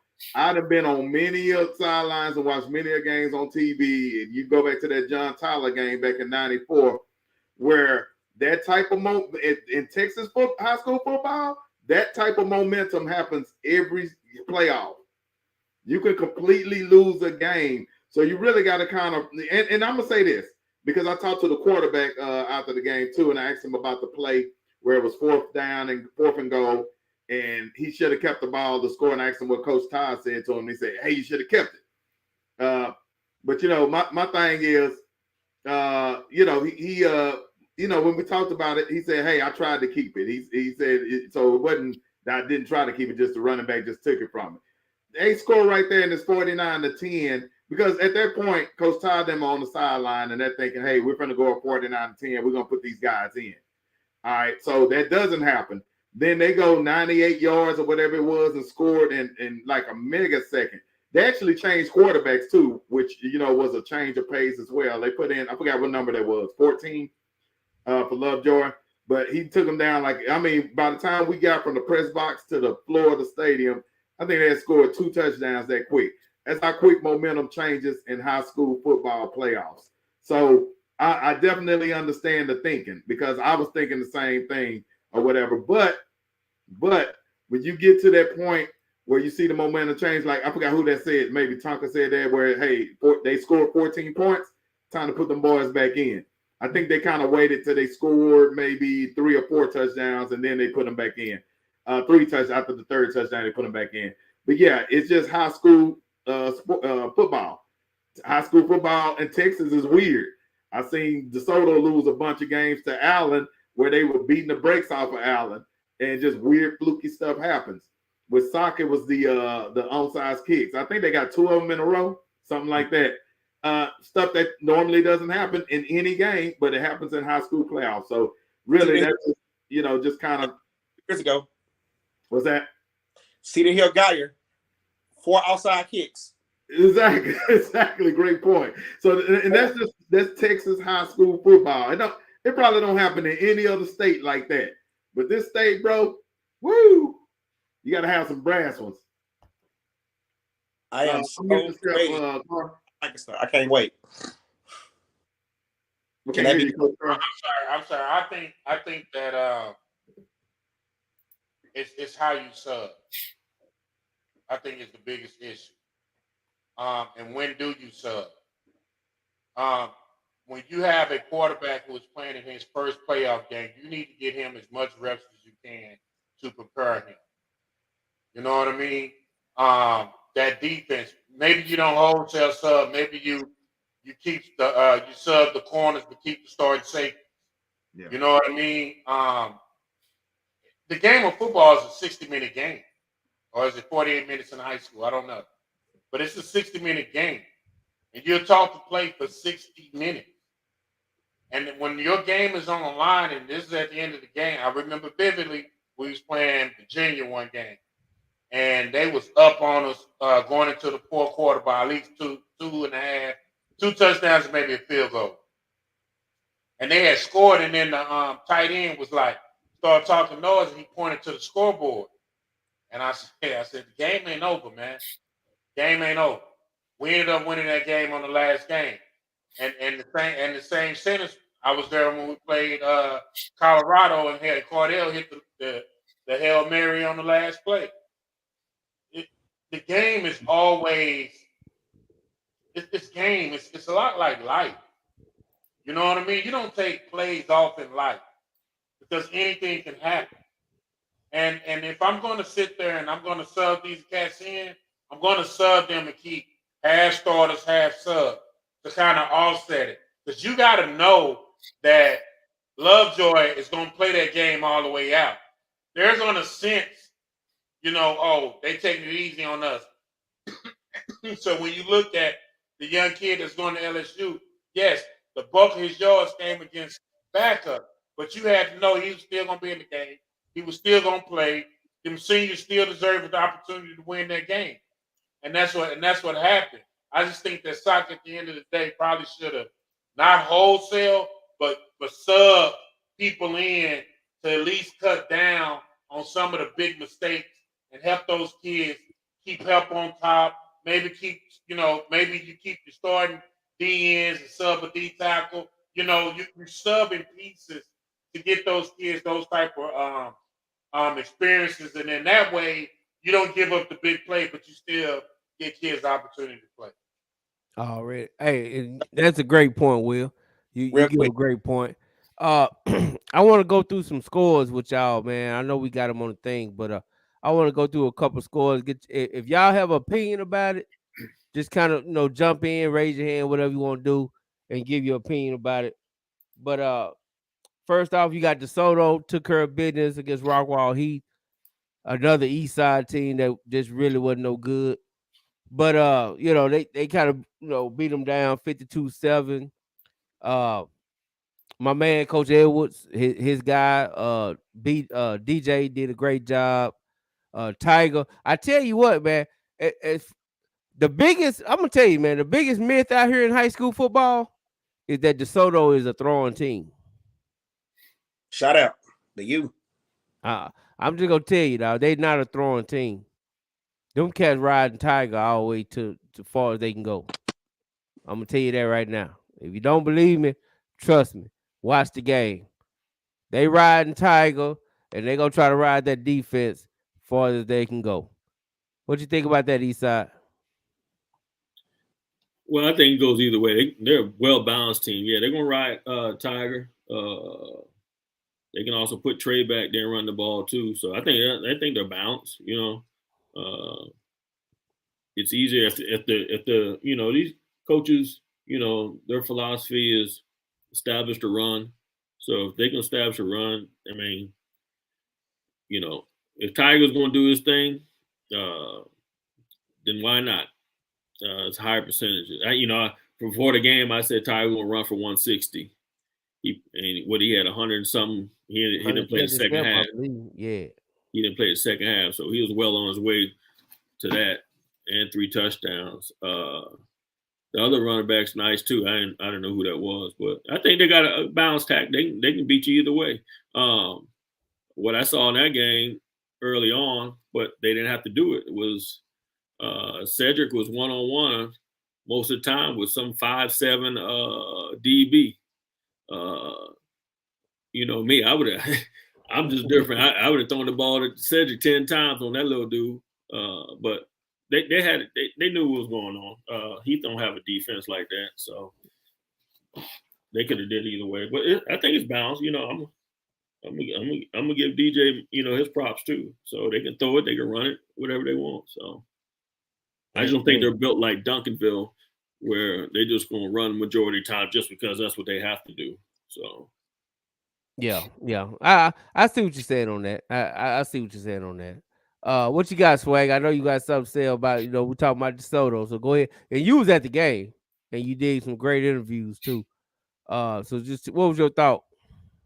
Hey, first of all, shout out to my boy Clyde Mathis, man. Hey, let's keep it going, baby. Let's keep it going. We got unfinished business. Second of all, I think what's lost in this whole conversation about DeSoto is I want y'all to take a look at the score, 52-7. In other words, the last time I checked, Tiger doesn't play defense. Jonte doesn't play defense. DJ doesn't play defense. So what's missing from the equation is give the props to DeSoto's defense. They only scored that 7 points, just like the soccer conversation. They scored that 7 points on backups. So if you really just take a testament to that, that's a 52-0 game all the way to the fourth quarter. So I think what's missing is that Mathis has that defense playing football.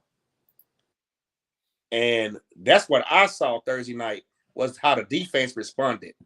So if that defense can keep playing the way it's playing and you equal that with the offense, hey, DeSoto will be in AT&T Stadium. And that's just how I look at it. Yeah, ain't no doubt about it. Hey, Tonka, you got anything on that before I go to the next one? You got to unmute yourself. Just mute and unmute yourself. Yeah, I'm gonna ride Tiger all the way to sleep. That's your bell cap. And what's the backup? I wouldn't even call my backup either. Trey Wisdom. Yeah, Trey Wiseman. But Trey Wiseman out of Waco. Who's out of Waco? Yeah. But I'm gonna ride Tiger all the way to state. Wear that defense down every game, and that's gonna open up the passing game. Like straight up, I will ride Tiger all the way to state. And he can get the hey, you know, and Tonka, do me a favor, just mute and unmute yourself when you're talking, when you're not talking. But hey, I'm with that, dog. I'm old school. You know what I'm saying? That's why people they ask me why I love Duncanville. I like Duncanville, but it ain't about Duncanville. It's really about Coach Sample because I'm old school. You know what I'm saying? I'm all about run the ball, stop the run. It's just that simple. That's what I believe in. You know what I'm saying? And it is what it is. So yeah, I'm definitely taking. I'm gonna ride Tiger far as I can take him. You know what I'm saying? You keep a good mixture, like a balanced offense, but run the ball a little bit more. They'll get there. Hey, ain't no doubt about it. Ain't no doubt about it, man. But speaking of DeSoto, I got to bring up this next score because this was supposed to be a big game. I didn't hype this game up because I kind of already knew what it was going to be. And that was the Dengar Highland Park game, right? Of course, Dengar outran him. You know what I'm saying? Like, what was it? 55-28. 63-42. Oh yeah, I forgot it got better. Worse than that. So I kind of figured that I knew Highland Park wasn't going to be able to keep up. And I'm going to be honest, man, this might be the only team in Texas that can outscore DeSoto because I really think DeSoto can outscore everybody but Dengar. I can't lie about that. But they ran off on Highland Park, man, and it just looked like, man, it's the inevitable, man. We looking at the semifinals. It's gonna be Gar and DeSoto, and they just destined the clash, though. I just feel like it's meant to be. Edwards, tell me, man, did you check the game out or even look at the stats, or what you think about that game? No, I knew Dengar would beat them. I think Highland Park was deep enough to beat them. You know, my only question was the Bowen brothers, if they were playing or not. But one is not. Okay, so it's gonna come to next week, next Saturday when Byron Nelson plays Denton Guy. You know, it came down to the wire last year, so you know, that's gonna be a good game Saturday. I'll probably be at that one. That is, dog. That's gonna be a great game, man. I ain't gonna lie. I was talking to Matt Stepp and on Twitter on the group chat, man. We were talking about it. It's so many good games this weekend, just right here, dog. It's just like it's crazy, bro. It's really crazy. And my crazy ass is gonna go to Pflugerville on Saturday.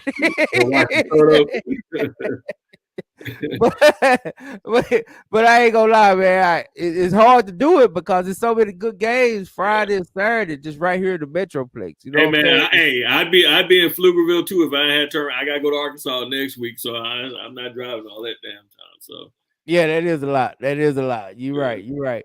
But yeah, man, it's crazy, man. But that's a good game. That Byron Nelson. Give me a preview of that.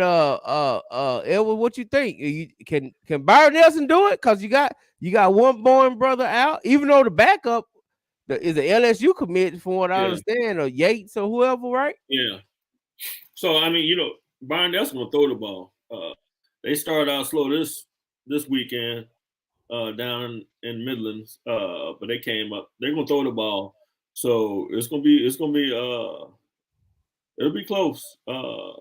Byron Nelson's defense, they got a pretty good defense. Just they need to start out a little faster than they did this Friday, because that El Paso team was going down and scoring on them pretty early until they start shutting it down. So if they play like they did Friday, it'll be a blowout. You know, it'll be a blowout because they weren't stopping the El Paso team early on. So. And I don't have much confidence in that Byron Nelson coaching staff to make changes. So we'll see. Hey man, shout out to Mark Henry, man. You right, dog. I ain't even gonna bring up that Red Oak game. Cause you know what, as far as I'm concerned, it's a blessing they even made it to the second round. We know they got shut out 35-0. I'm on the girls basketball when it comes to Red Oak, because that's where my baby at. You know what I'm saying? So it's all about the girls basketball. It's all about that. So I ain't got nothing to talk about with Red Oak. But hey, salute to Coach Tron. I hope he get that head coaching job. I ain't gonna lie. I really hope he get that job. And you know, Red Oak put in a good year. But you know, it's over. You know what I'm saying? It is what it is. You know what I'm saying? It's over. Cinderella couldn't find her shoe. That's pretty much what it was, right? You know what I'm saying? So it is what it is. Hey, Sway, you got anything on that Guy Highland Park game? Yeah, I do. Highland Park scored 42 points. At one point, it was a 21 type of game. So I feel like Geyer is that team, and they are who they are. But I feel like it's coming. It's coming. And I'm going to tell you when it's going to come. It ain't going to be DeSoto. It's going to come in 2 weeks. Hey, Raleigh Dodge, O.E. Allen, them boys ain't 12-0 for nothing out there. And I love how everybody has overlooked them all year long. I have not heard the name South Lake Curl nowhere harder this year. Just because Caden Anderson got hurt, you don't hear their name. But hey, South Lake Curl is still going to be that team. And they still are. The tradition is still strong out there. And I believe in my mind, South Lake Curl will get rid of Denton Geyer in 2 weeks. It'll be Carol DeSoto. That's my opinion. Hey, man. Hey, I feel you. That's his opinion for the day, Coach. He also had that same opinion for Highland Park. He did. He had that same energy for him. And he was really excited. And then his feelings got hurt. Listen, ain't nobody gonna beat Denton Geyer, man. And I just know if Geyer goes out, that'll give my Eagles a fighting chance to just really be at AT&T. So, well, how about they just beat him? That's the only way, man. I'm not looking for no backdoor for my team. No back doors for my team, dog. I want DeSoto to go through Garner and go through Katy. I want Duncanville to go through North Shore. I want, you know what I'm saying? That it is what it is, though. I don't want no back door. Now, if it happens, I'll take it. You know what I'm saying? I'll take it. I think DeSoto could take Southland Carroll out. They'll take them boys out, but I think they, like they said, the toughest test is going to be Denton Guard, but I said Denton Guard is probably going to win state. That team is just too strong, man. Too strong. They really are. And that quarterback is the truth, dog. I'm just going to be honest, man. He got to be the best quarterback in the state. I don't know who can you tell me better than Jackson Arnold, honestly. Nobody. Coach Edwards, you think anybody better than him? No. Yeah, I mean, he the best going right now, man. And I tell everybody, dog, special quarterback is the difference. Always. Boomer Sooner. And that's Boomer Sooner over there. And I'm surprised he stayed. Boy, y'all must got a hell of a bag in Norman, because how the hell is he staying committed to Oklahoma? Oh, they'll be back. Oklahoma gonna be back, man. Oklahoma gonna be back. Yeah, I'm gonna tell you this: he's the best, but Caden Anderson wasn't too far behind before he got hurt,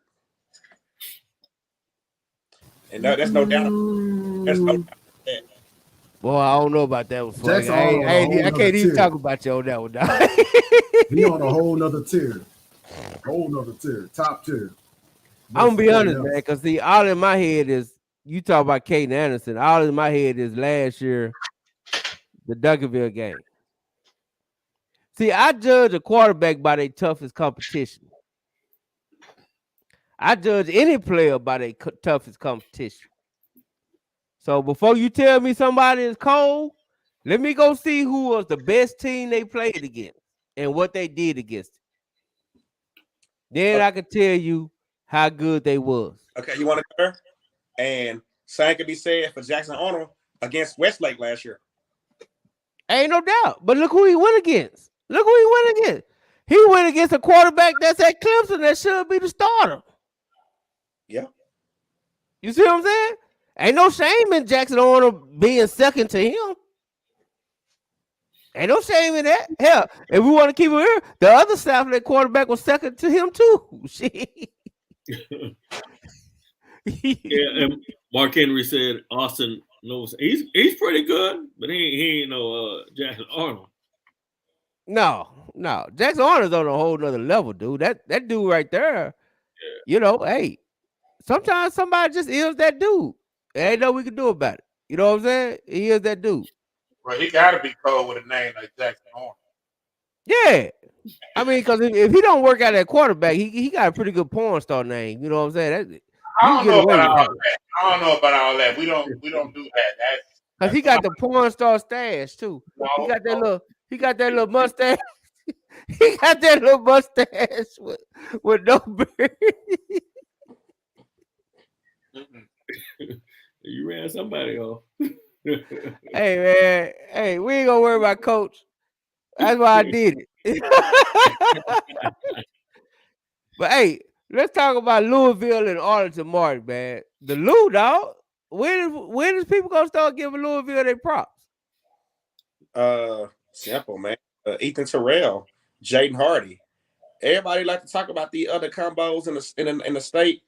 These two names have been left out, and I do not like it. I hate it because these are two. This combination is Jamar Chase, Joe Barrow type. Jaden Hardy is one of the top receivers in the state of Texas. Ethan Terrell is a top dual threat. Louisville defense is solid. Be on the lookout. They got a big offensive line too, man. They got a big offensive line. Hey, Louisville gonna be scary, dude. I mean, you right. A Louisville alumni state championship quarterback. So hey, the sky's the limit out there in the Lou. Hey, and what you think about that Louisville Keller game that's coming up? Because Keller got a pretty good defense. Keller is battle tested. Keller's in a district with not Den Geyer, South Lake, Byron Nelson. and all of them. So they battle tested. But I think Louisville gets it done. And if North Crowley does get it done, you talking about a matchup in 2 weeks. Oh my God. Hold that thought. Let me get Edward, what you think about the Lou, man, and facing Keller? Man, I'm riding with Louisville all the way, man. They strong. I've been picking them all year, so I don't see them. They might make a good run. Coach Carl? They playing Keller? They playing Keller next week. I think Louisville got them. I got Louisville, man. I've been rocking with Louisville all year, man. Ever since they beat Capel. Capel. You know what I mean? After they drug Capel, I'm like, oh no, Louisville for real. And I think another thing too is, man, that I think is really impressive is I know we always talk about the DeSoto district and Duncanville district and how tough that district is, but you got Byron Allen, South Lake, and Keller. They still in third round deep. You know what I mean? Hey, you got to talk about that district too, man. Might be one of the toughest in the state as well. Hey, it's damn good. It's damn good. And they got what, 3 teams still rocking? They got 3 teams, man. You know, they got 3 teams, and of course, you know, Duncanville, DeSoto, and Waxahachie. Dengar, McKinney. Dengar, Prosper, and McKinney. Hey, something got to give, right? Right. Well, I think that's the beauty of playing it. Like it's kind of like SOC, right? And I know we always keep using SOC in the analogy. SOC has to put together a district schedule in the preseason that's going to allow them to be tested and get better and see what they actually have. South Lake, Keller, and those type schools, DeSoto, Duncanville, DeSoto, even Mansfield for a moment, those teams going to get you ready for the playoffs in district. Yeah. So, you know, so when you look at teams like that have those tough districts, you're going to see 2-3 teams make it 3 rounds deep because they've already played the state best teams week in and week out. You know, and I just think that helps you moving forward. Ain't no doubt about it, brother. Ain't no doubt about it. And of course, North Crowley. You know what I'm saying? North Crowley went out. Hey man, I ain't gonna lie, they had to sweat one out. Literally, they barely won. And I got a little criticism for your coach crush, Coach Carl. I got a little criticism, man. I got a little criticism for Coach Gates. You know I love Coach Gates. I love North Crowley. But I think he learned the lesson this week about going to West Texas in the cold. It get cold in Texas, man. Yeah, I think he learned the lesson. Like that ain't no regular trip. You know what I'm saying? You mean he didn't call no coach? Hey, coach, you think I should go ahead and what you think I should do? He didn't call Lynn and ask Lynn? Hey, what's so crazy is Coach Mann was on the sideline, right? Coach Mann is in Lubbock. That's his guy. That's his guy. So I gotta question that friendship. Well, I think you got to think about Mann too. He still got to live down there. What now? Are you insinuating Coach Mann sold the homie out? Is that what you said? Yeah. Man, if you listen to it, you gotta let us know what the deal is, B. You know what I'm saying? We love you, but did you sell Gates out? Coach Mann, we gotta get you on the dub because we gotta put you on the witness stand, brother. We gotta question you. How you gonna let your homie come down to West Texas with no heaters? With no jackets, no pay, with no tents, with no chicken broth. I heard they didn't have socks, Coach. They went out there with ankle socks, Coach. Oh, they was just, hey, you know what? They raw dog. And if you go out there with that type of mentality, you balling. Hey, you ain't never met listen. Coach, you had kids down there frozen to death out there, Coach. They had to literally wrap kids in fall and take them inside to keep them from passing on to see the light. I'm sorry. Coach Mann, I don't want no friends like Coach Mann in my circle. Coach Man gotta live there though, man. He gotta live in Odessa, man. He can't have these people come. Listen, first of all, let me tell you a secret. You ain't never seen a football player that wasn't ashy. Hey, that wasn't ash on them kids. That was ice, brother. That was ash, though. That was ice. It was icicles hanging off them kids because they from Fort Worth. They ain't never been in that damn cold before. Coach, they managed to put up 42 points. Hey, that's just because they were playing some El Paso kids. Look, man, understand something, dog. And I hope, Coach, and I love Coach Gates, you my dog. Don't ever go back out to East West Texas unprepared. Take you some heaters. Take you some tents. Had a stadium coach? Did Google not work? I don't know. You talk to Coach about that. All I'm saying is don't ever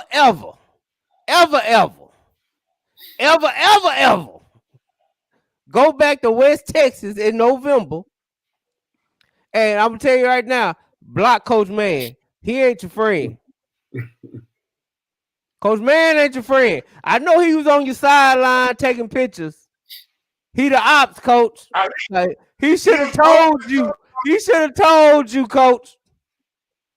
Hey, man was over there giving plays away too. He over there posting during the game. Yeah, watch this, Coach. I saw it all. I saw it all, man. I saw you. I saw you, homeboy. Hey, but through all, answer this question though. On a serious note, let's be real about it, and let's be 100% real. How many kids do you know will go in that situation and just purely give up and just say, "F this, it's too cold," yada yada yada? Those kids went down there on a business trip, rain, sleet, or snow, and came back to North Texas with a W. So that's where my salute goes to. But ain't no doubt about it. They get the salute for the win, but I'm gonna tell you right now, this is where the problem I have. I don't have a problem, cause yeah, you was able to beat El Paso with frostbite. Okay, we'll give you that. You got Prosper coming up next, and you got kids still throwing out. See, this is what I'm talking about. You got Prosper coming up next. You got kids trying to thaw out. They were damn near going in freezing to death. You know what I'm saying? Freezing to death? Dude, they had to take kids inside. Do you hear me? Really? No, seriously. Did they really have to? No, I'm not. Hey, dude, I ain't finna lie to you. So wait a minute. Time out. So when I tell you it was no heaters, it was no warm jackets, it was no tents on the sideline. I think honestly and truthfully, we should change the subject. Seriously. I wish I had control because I would kick your ass off. No, I'm saying it for a reason. We should change the subject. Coach Eastside, what you got? I'm listening to y'all.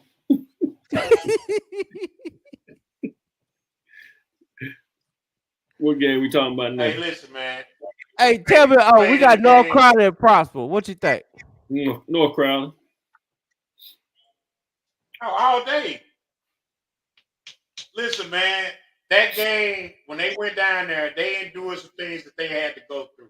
You know, it's kind of like when you go on that journey and you ain't never been on that journey before, and along that journey you encounter some things that's gonna test your manhood, that's gonna build callous, as we like to call it. That's what that game was. They had to build callous.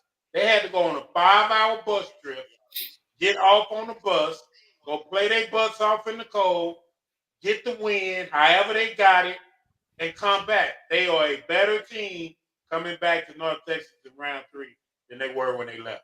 Were they playing at Globe Life or somewhere? They Globe. Talk. Hey, it's a good doubleheader too, man. They play at Talk.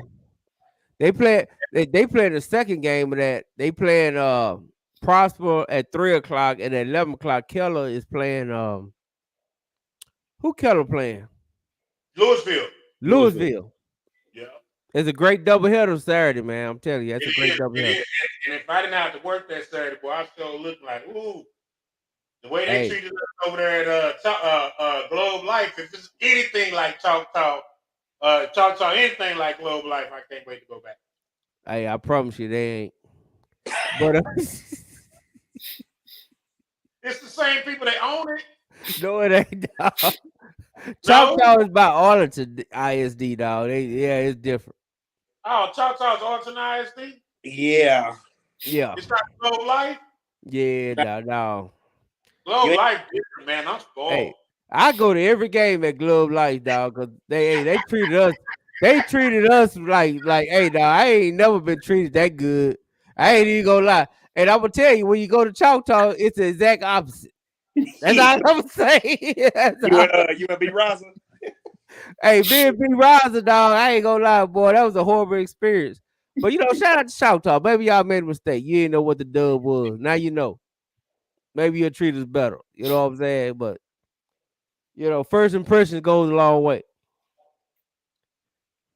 But yeah, that's that one. Now, let's get to the elephant in the room, man. Frisco Reedy and Lancaster.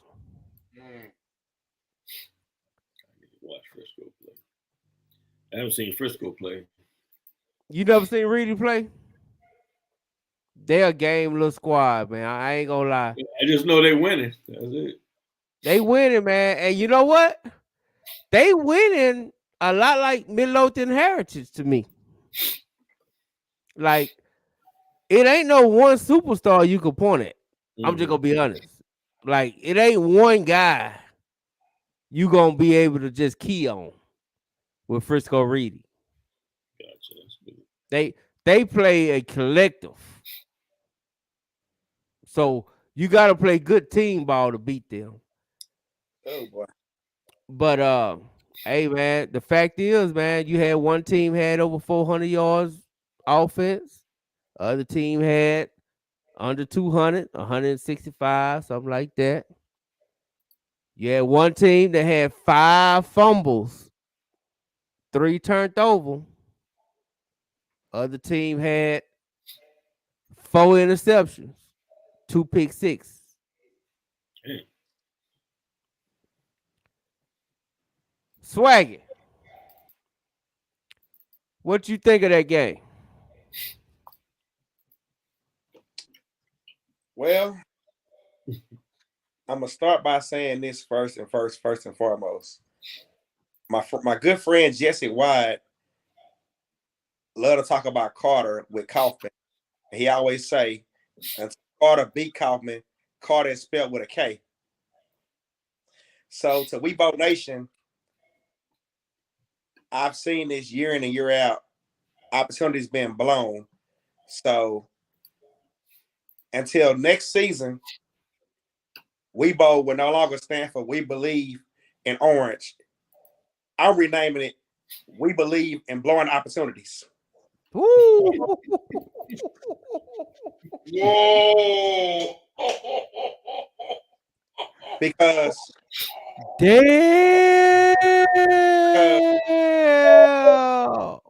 Oh, you just did something right there, Swaggy. You did something. I like it. Is that a Willow t-shirt coming out? Oh, I like that. I like that. No, because I ain't gonna jab nobody, but that's good. Yeah. Good. So y'all heard out there, Weibo Nation, no shade, but until next season, that name will stand for We Believe in Blowing Opportunities. And the reason why I say that, you up 21-7 in a game like that against a 12-0 team. You pretty much had Reedy where you wanted them. And like J Mac said, you throw 1 pick six. Okay. You can redeem yourself from that. So you throw another one. So it's basically, the question is, at one point, where was the run game? Where was the let's put these boys away on the ground. So I feel like they got too cute. Lancaster got too cute. I heard rumors out there about things, but I'm not gonna touch that because I'm not gonna go there. But just like I said before, and I say it again, blown opportunity. Damn. You know anything about this East Side? Do you even want to touch this? No, I'm done. I'm good. Next. Willow, you got anything on it? Only thing I can tell you, man, is I didn't go against Reedy the whole time, the whole year. I always thought Reedy was, I don't know, man. I just never went against him. And week in and week out, man, and even when I said it on last week, that I didn't go against him. Like, I believe in Reedy. I don't know I don't know. I mean, turnovers, it's a lot. It's what we went and talked about earlier with soccer. You got to start, when you have teams in that situation, you got to learn how to start putting teams away. You know what I mean? That means that I can't take the foot off. And then I don't know a lot about the game. You know what I'm saying? I don't know if the adjustments wasn't made or the inability to make adjustments. I don't know that.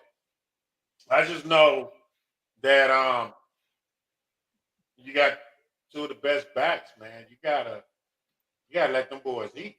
When you picked up a third one, you know, you kind of gotta let them eat in playoff time because that's why you have, you know, putting the ball in the Southbourne quarterback hands that has been steady. You don't have one. It's the difference if you had him the whole year and he was playing well the whole year. But you don't necessarily have that one. So I don't know, man. I mean, all I'm gonna say is I would have loved to see Coach Paul and them get to the third round. And I know his team believe they should have, as well as him and his staff. And I know they're gonna get it right, man. They're gonna fix it. They're gonna figure it out. You know what I'm saying? And that's the part of growing as a head coach, is you go through those situations. If anybody can turn this lemons into lemonade, it's Coach Paul. So just wait and see what happens, man. And you know, keep rooting for him, man. Ain't no doubt, man. Ain't no Also, real quick, I want to say this. We also glossing over another thing, though, man. Frisco Reedy is the number 2 team. I have been all year long. So I guess a lot of people ain't understanding this is not an upset. That's what I know. No, I and that's the thing, like, and that's what I was saying. Like, I never, even when we talked about this game, I never looked at Reedy as being an upset. I always thought Reedy was a really good team, who's been playing really good football all year. I just thought that this Lancaster team got better after that Longview game, and you know. Okay, let me interject in here. It was 21-0. So let's not act like Reedy just jumped on these boys. They didn't. Okay. It was 21-0. And I just see somebody, I don't know if Pat in the background, he can highlight that comment. But the comment right here, it says, Reedy didn't beat Lancaster. Lancaster beat themselves. Reedy didn't score on offense. See, this is what I'm trying to tell you, brothers. Because, hey, man, my reputation is on the line, right? So I'm not finna come on here and lie to nobody. My phone blew up Saturday morning. My phone blew up Friday night. I was told, J Mac, you gonna tell the truth? What you gonna do? And like I say, if you know me, you know I keep it real no matter what. Bottom line is, they was up 21-0. They kicked the onside kick. Bottom line is, they threw 2 pick six. The bottom line is, you had 2 of the best running backs in the state that we was told, and you didn't ride them. And 2 of the best running backs in the state that we was told. Cut that out. Cut that down, Swipe. Didn't ride them. Who is that? Somebody cut their stuff down.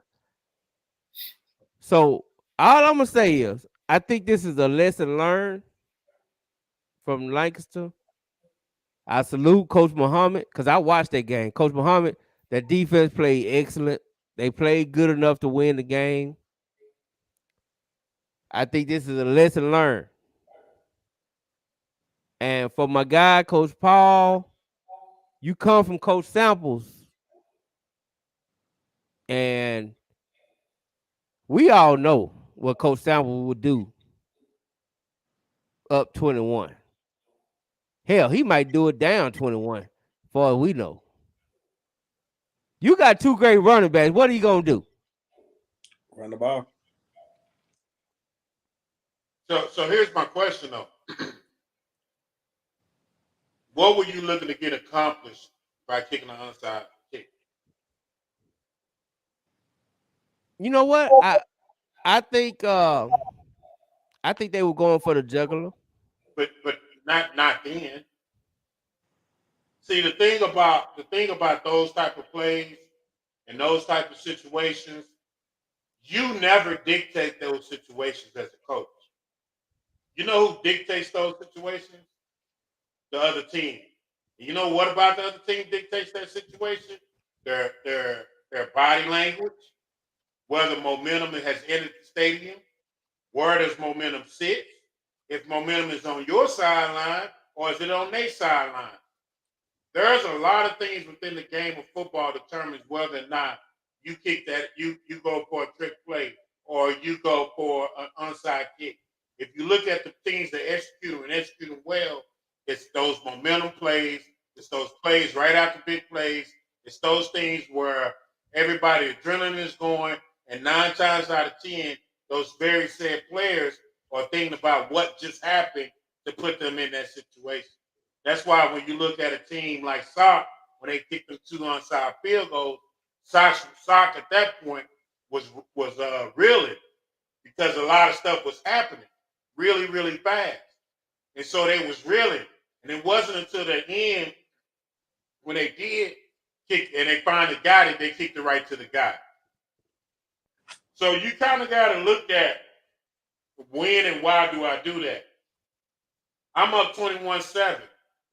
Man, me going for an onside kick means absolutely nothing because I'm just going to keep playing football. You know what I mean? And you let the game dictate when, where, and how. And those dictations come from the crowd involvement, momentum. There's a lot of things that go into play when you make those decisions. You just cannot make those decisions. Oh, let's just go for, because I'm up this point. Don't work that way. And that's what happened. And another thing, man, you got to find other ways to get T. Eric involved. T. Eric is a special player. He like a Deebo Samuel type player. He can line up at running back if you can. I mean, I felt like he was double covered the whole night, and you still trying to force the ball that way. And that's how those, pick sixes came about. And that's even crazy, right? Like we love quick six. That's our guy, right? But he's demanding 2. So that means that box is weak. That's a weak box. All I'm saying is anybody that come out of, I think about it, and we know how Coach Jack is. But first thing I said when we was talking about it with Coach Jack, I was like, if you on coach with Coach Sample more than 1 year, something should have rubbed off on you.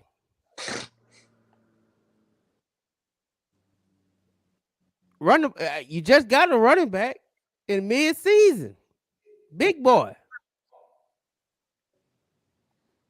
It's cold. It's extra cold. It's extra cold. The ball is hard. Don't nobody want to catch that thing.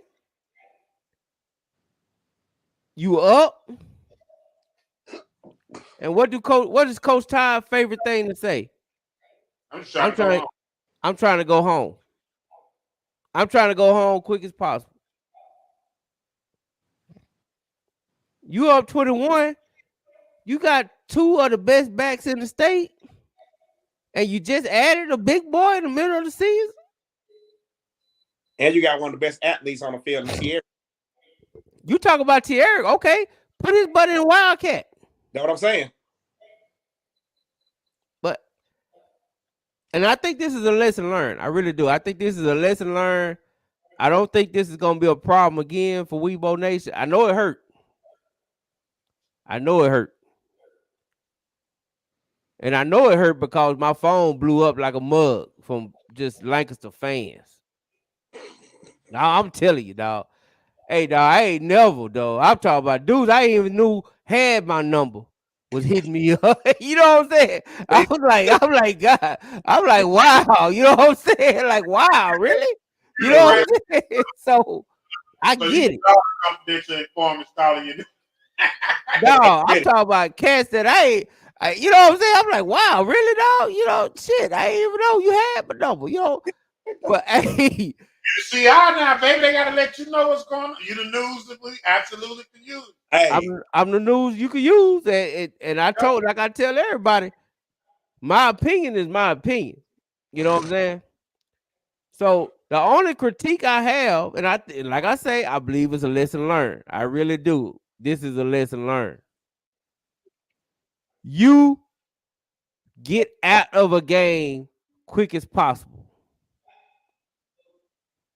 Sometimes that may hurt a wide receiver feelings. Sometimes that's going to hurt a quarterback feelings. Sometimes somebody might not get the stats they want. But when you're in the playoffs and you got the lead, get the hell out of that stadium fast as you can. And take my the defense air out the ball. First of all, coach, my defense is balling. Defense balling. They gave up no coach. I'm gonna play to them. Hey man, hey coach, we're gonna go ahead and run this ball. I don't care if they know who's getting it. We'll figure it out. No, we're just gonna run it all the way through. Defense, you good? Yeah, we're gonna go ahead and punt this. Okay, cool. That's how we're gonna play that game all the way to that clock is 0. But you know what? I'm gonna say this though. That's a boring way to play. And 9 times out of 10, most coaches cannot deal with being bored. They get too cute and they start feeling themselves. Sometimes the best play calls and the best games that you're going to call is going to be some of the most boring games. Because you got to be okay with getting 3-4 yards a pop. 3 yards in a cloud of dust. Come on, man. 3 yards in a cloud of dust. I'm going to be honest, man. My feelings were hurt. I watched that game. My feelings, and I'm going to tell you, my feelings were hurt because my dream was shattered, right? Because everybody already know my dream, right? Y'all knew I wanted Duncanville, DeSoto, Lancaster, and Sock. That was my dream. And I really felt I was going to get it. So, but this is a lesson learned. You know what I'm saying? I don't think this is going to be a mistake that's going to happen again with Coach Paul and Lancaster. And shout out to Coach Muhammad. He had that defense rolling. But I will say, once that momentum changed, they started giving up plays. They did give up some plays at the end. Because that momentum shift. Same with Sock. Sock put their first team in, but it was too late. The momentum had changed, and Lovejoy scored. You see what I'm saying? Man, that momentum. Like I don't think a lot of times, man, people really truly understand any game. It could be you know how people, it could be the game of life. You know how people say, boy, you don't know how to read the room. You couldn't read that. You know what I mean? That's the same way with momentum. You got to understand what's going on. Momentum is real, man. Like that's the sweat of the football guy. You know what I'm saying? You gotta be in, stay locked in, be focused, ready to go, because at any given time, any given moment, your situation could change. And that's why I was saying, you know, when you talking about the soccer game, Yeah, that's what happened. Once that momentum get in, it don't matter what you put back out there. It don't matter. It's here. Yeah, once that momentum changed, dude, that's a real thing, dude. That's a real thing. And when momentum switch, and I felt that momentum with Lancaster. You know what I'm saying? I feel that. I felt that. And I'm gonna tell you another thing. I'm gonna be honest, man. And I don't want to. I ain't even gonna say the kid name, right? I ain't gonna say nobody's name. But when they scored on a touchdown run, and then he got a penalty for celebrating, right?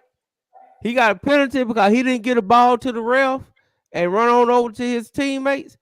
Y'all remember what Coach Samples told Caden Durham? Y'all remember that interview we did with Caden Durham? What he tell Caden Durham when he was showboating and almost cost them? Yeah, don't do that no more. You see what I'm saying? They scored. The running back decided to kind of, feel himself. He thought he was feeling good. Got a 15-yard penalty, right? On the kickoff.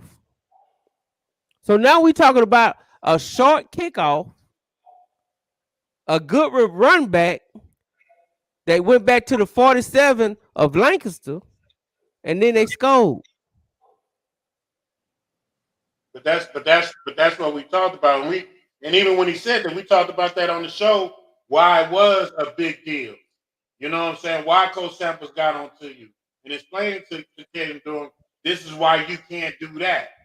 You know what I'm saying? And those are things that we talked about, how that 15-yard penalty could cost you in a game that matters. You know what I'm saying? And again, it cost them in a game that matters. It always will come down to discipline. I remember we was at Morgan and we was getting ready to play Army. And the kid said, man, they ain't that good. They ain't that good. They just disciplined. I looked at him like, what? Like, that's why they're good. You know what I'm saying? And I just think those type of little things can always come back and hurt you. And if you just move forward, man, like you say, just that Lancaster game, and the reason why we say it is because we are fans of Coach Paul, because we want Coach Paul to be successful. There's a lot of things in that game and our preparation leading to that game that could have helped him, or let me say this, has helped him from an experience standpoint moving forward. And we will know, and that's the beauty of football. You know, you're going to figure out what you learned from week in and week out because the public is going to be able to see it and criticize you on it. You know what I mean? So when this situation comes up next year, we'll be able to look back onto it and be like, hey, that was a growing point for Coach Paul, and he's grown from that, and this team looks da. So, you know, it's just one of those things, man. You hate for your friends and your people and the kids that have to go through it, and it sucks. But, you know, I tell you what, losing tells you a lot more about your program than winning. And that's it is. You know, hey, it's that old saying, man. Sometimes it ain't about how you win, it's how you take a loss that defines your character. So, and don't get me wrong. I've talked to Coach Paul, man. He in good spirits. He already working for next year. You know what I'm saying? He already on the grind, and he getting ready. You know what I'm saying? So I don't have no doubt that Lancaster will be back. But you know, in the moment, I get it, man. It hurt. It hurt me Friday. I ain't gonna lie. I watched that game. You know what I'm saying? It was like, man, that hurt. You know what I'm saying? That hurt. And it's easy for us to sit back and second guess, right? It's easy for us to do that, right? But that's what we do at the same time. You know what I'm saying? So, but I think looking back, and you look at the stats of that game, and you look at that game, you realize that was an opportunity loss. Every coach go through it. Every coach go through it. I'm sorry, I don't care who you is. You done had a loss that you shouldn't have got. You see what I'm saying? Every coach go through it. It's just a process. You know what I'm saying? So I don't doubt that Paul gonna be back. Coach Muhammad, shout out to Coach Muhammad. Them boys playing some lights out defense, bro. I ain't gonna lie. They balled all year. All year, dog. Them cats balled out all year, man. And shouts out to Coach Muhammad. Shouts out, to Lake Superior, man. They did good. I mean, we all wanted to see the rematch against Longview. We ain't gonna get it. No, we gotta wait. We gotta wait. It's just that simple. So yeah, Longview talking a lot of noise. You know what I'm saying? They've been trolling the hell out of us. You know what I'm saying? So we'll take that though. You know what I'm saying? I take it. You know what I'm saying? I ain't got no problem with it. I see somebody got right here. It was simply a bad call because we had our foot on Reedy neck, 21 note, 2 minutes left in the half. They won off our mistakes. Reedy didn't play. Hold on. Did you just say? Hold on, time out. I'm laughing, and I just want to make sure I heard that the right way. Did you say that they kicked the onside kick 2 minutes to go in the half, up 21-0? Yeah.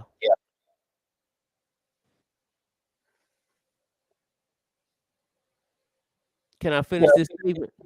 Yeah, go ahead. I'm sorry. Reedy didn't play like an undefeated team. We handed them the game, and our defense played lights out. That's why this hurt so bad. And I agree, because I thought the stats. I ain't gonna lie, dog. If you watched that game, if you looked at that box score, ain't no way in hell you thought Langston lost that game. I can't blame it all on the onside kick, though. I'm be honest. I can't blame it all on the onside kick, and I'm gonna tell you why. This is why, Coach. I know you rub your head. This is why. This is why. I feel the onside. It wasn't an onside kick. I blame whoever the OC is, because I know Coach Paul give his. Coach Paul, if it's a fault in Coach Paul,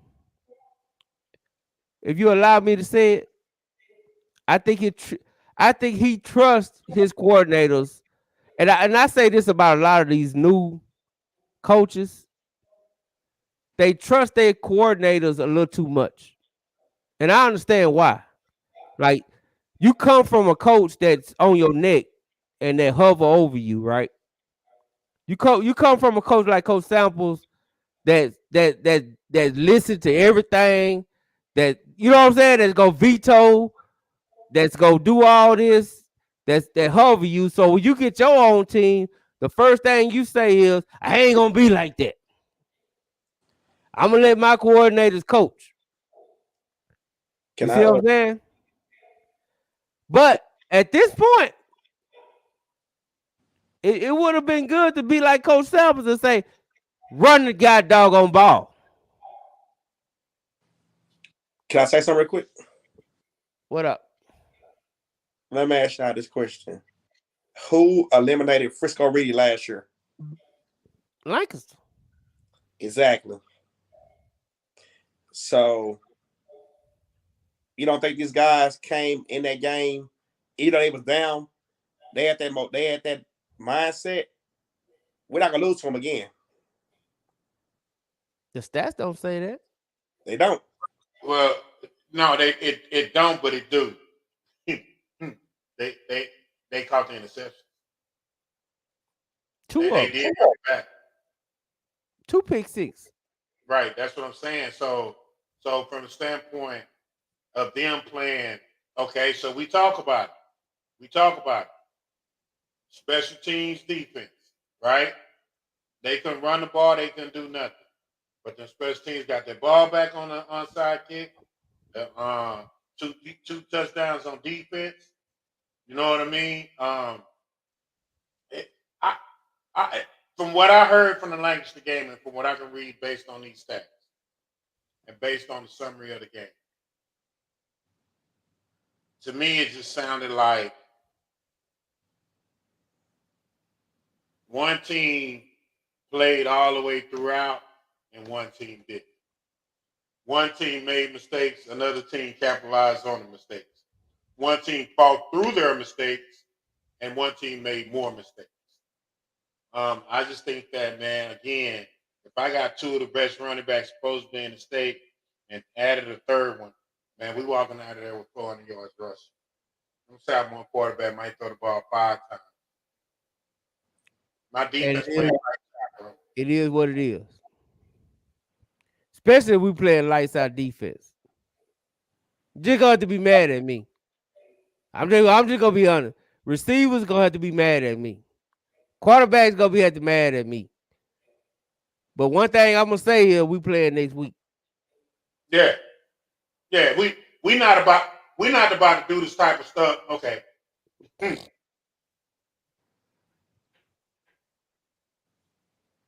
You're not gonna beat me because I beat me. You know what I'm saying? Like I'm not gonna beat me. You ain't gotta worry about that. We're gonna figure out who's gonna make the first mistake. And I'm gonna play you all the way out. You know what I'm saying? And I'm gonna let the game take care of the game. And then when those moments call, I'm up 21. Let's just say you come out and you score 14 quick points. Now you up 35, right? You up 35. I'm gonna kick that onside kick now. Why? Because they are reeling on the other side. They don't know what to do. They ain't talked about no onside kick or thought about no onside kick. They trying to figure out how they gonna stop you from scoring and how they gonna go put on some points. So when you jump on them, it's a wrap. It's just, I don't know, man. I ain't harping on the onside kick because that one play didn't change the game.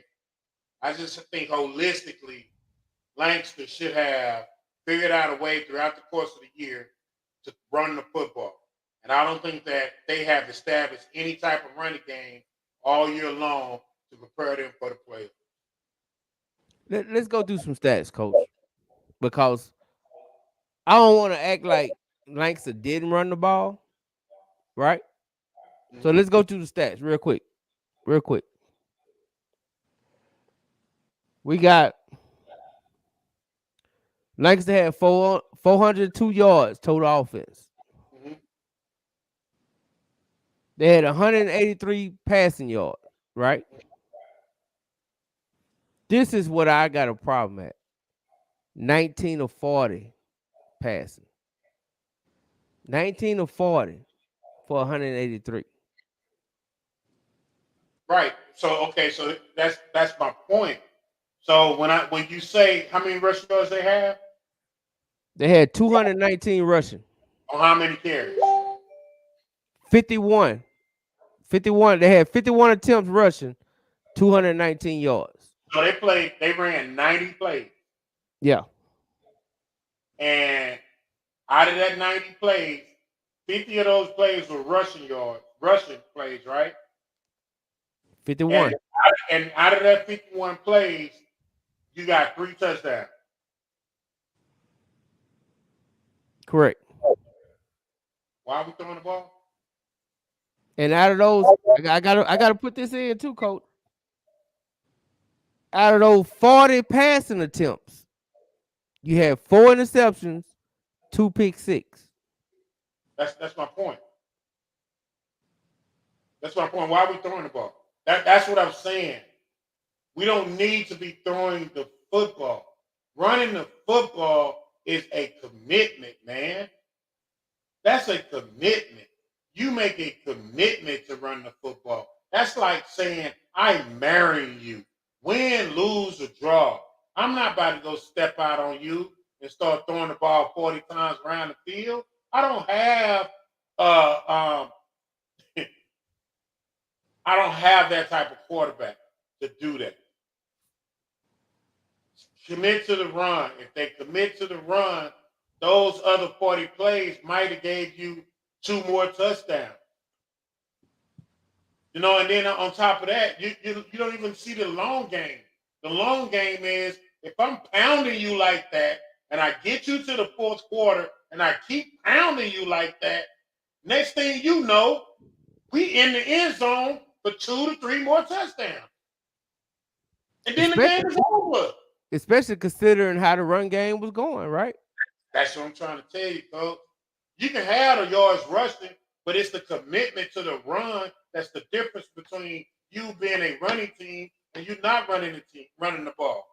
If you say you're gonna run the ball and you getting 40, 50 carries for 200 something yards, that's almost 4.5 yards a carry. Why would I throw the ball? It gave me 3 touchdowns. And it's freezing outside. Come on, man. I mean, I get it, man. I see both sides because at the same point, you know, if we looking at it from Coach Paul, and I ain't gonna say Coach Paul because I don't think Coach Paul called the plays, right? He entrusts his OC. Well, he's responsible for it as the head coach. But now he responsible. I ain't saying I ain't wiping no responsibility from him. But I'm saying the OC called the plays. Now whether or not Coach Paul veto or not veto, I don't know that, right?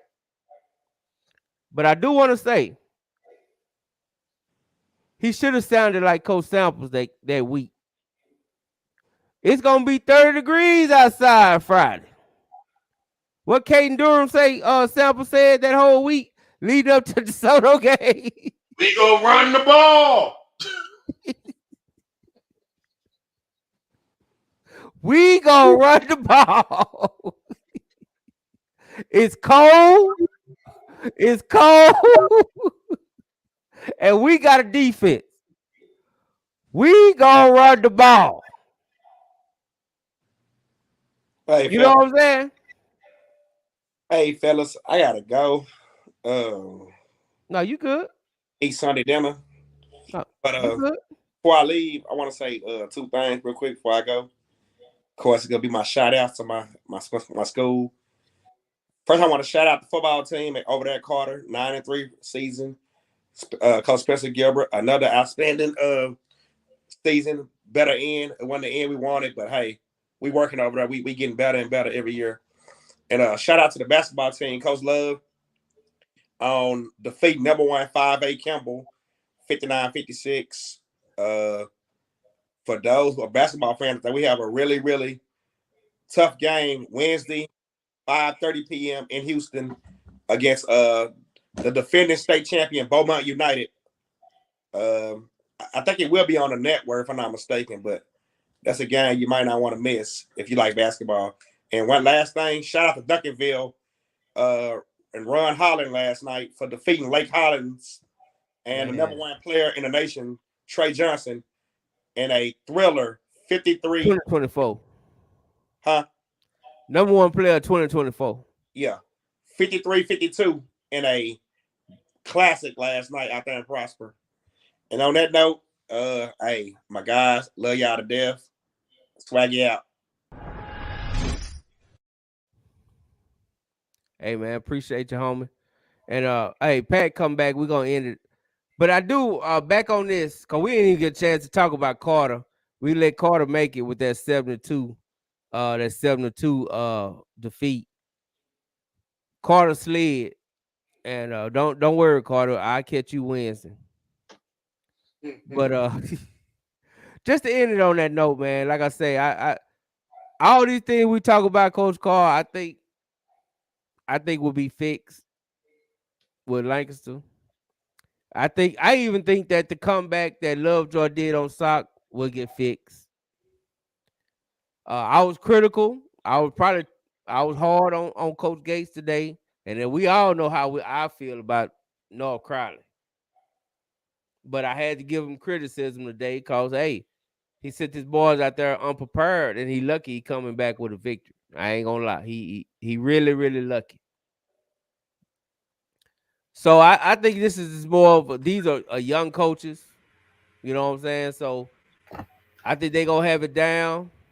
I think they gonna get it better. You know what I'm saying? And we're gonna keep rolling. What you think, Pat, about the show before we head out? Hey, great show tonight, fellas. Man, you know, I was back in and out in the background or whatever. You know, it's hard for me to stay away. But great show. Looking forward to Wednesday night, the night before Turkey Day. I know everybody's gonna be busy, but make sure y'all tune into the Dub Wednesday night because round 3 is gonna be crazy. Hey, no doubt about it, man. Hey, before we go, we got to get these Thanksgiving schedules, man. We know we're gonna do DeSoto and Sock because hell, they the only ones left on the south side. Right, You know right. We might could squeeze Duncanville in if they let us come through there. Hatchie in. Y'all can't forget about Hatchie. I tell you what, Hatch, if y'all out there, holler at me. What time y'all practice?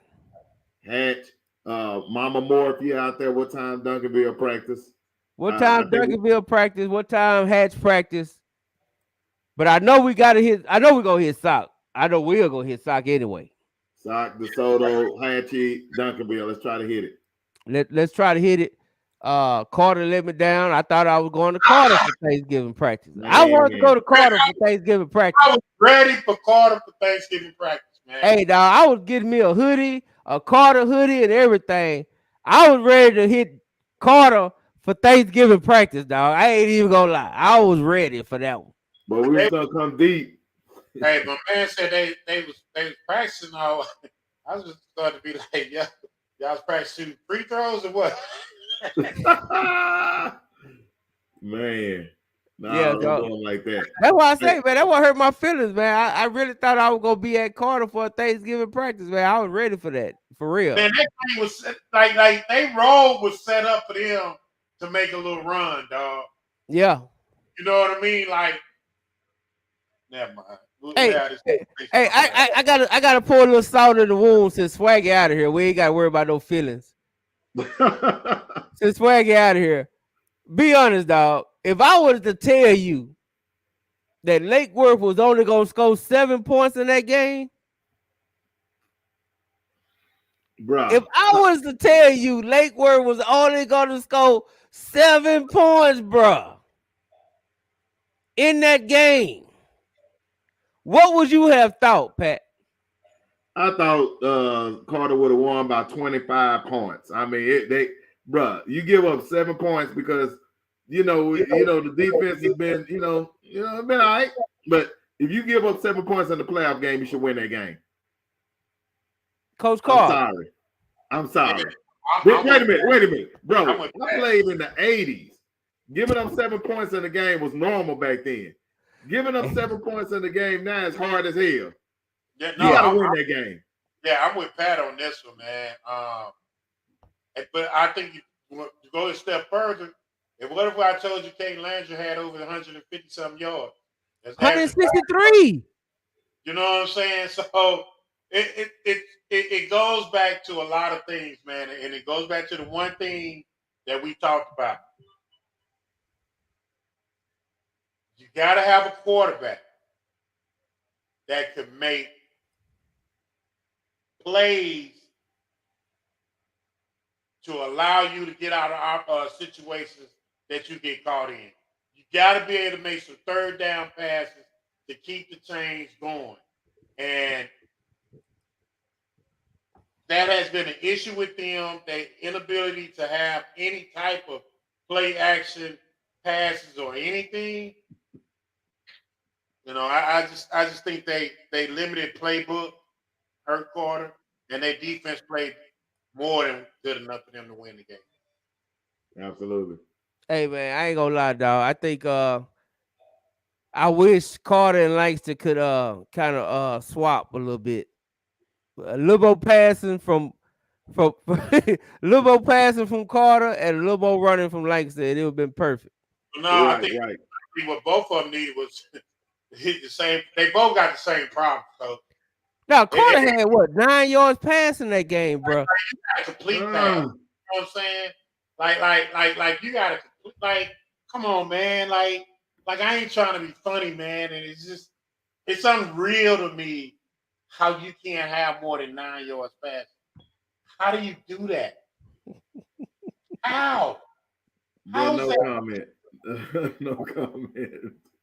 I'm like, you should be able to throw a couple of little swing passes or something that break for 15 yards. Coach, we ain't got no screens. Right. We ain't got no screens to get us 9. Right. You right, dog. Like, how do you do 9 yards passes? on me on the show? Who is this? Because I only got Facebook user. Hey, let me see, dog. I gotta see who said that, Is that Kyle dog. Ward? That might be Ward, cause y'all ain't gonna be disrespecting my homie Pat, man. I'm gonna tell you that right now. Y'all ain't gonna... Hey, that's all right. Every Sunday I'll be in my prayer closet going forward. Yeah, that's Ward. Ward. Hey, Ward, Pat had to come on Sundays to keep me in check, man. They said I was getting too wild.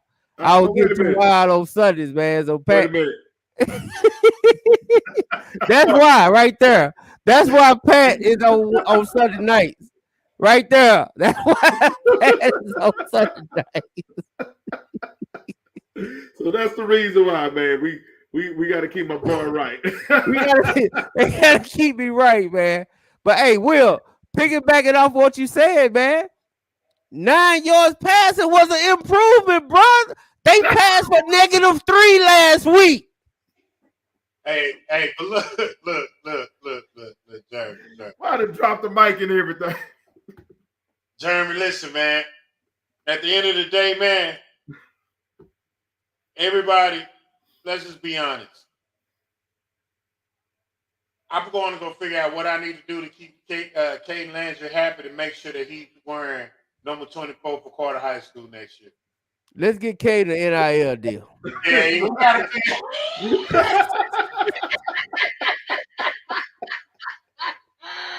it's gonna be some going on. We gotta figure out how to keep this man happy and in that red and blue. So Coach Gilbert them, we gonna do their thing next year, dog. Hey, shout out to Spencer Gilbert, man. You my guy.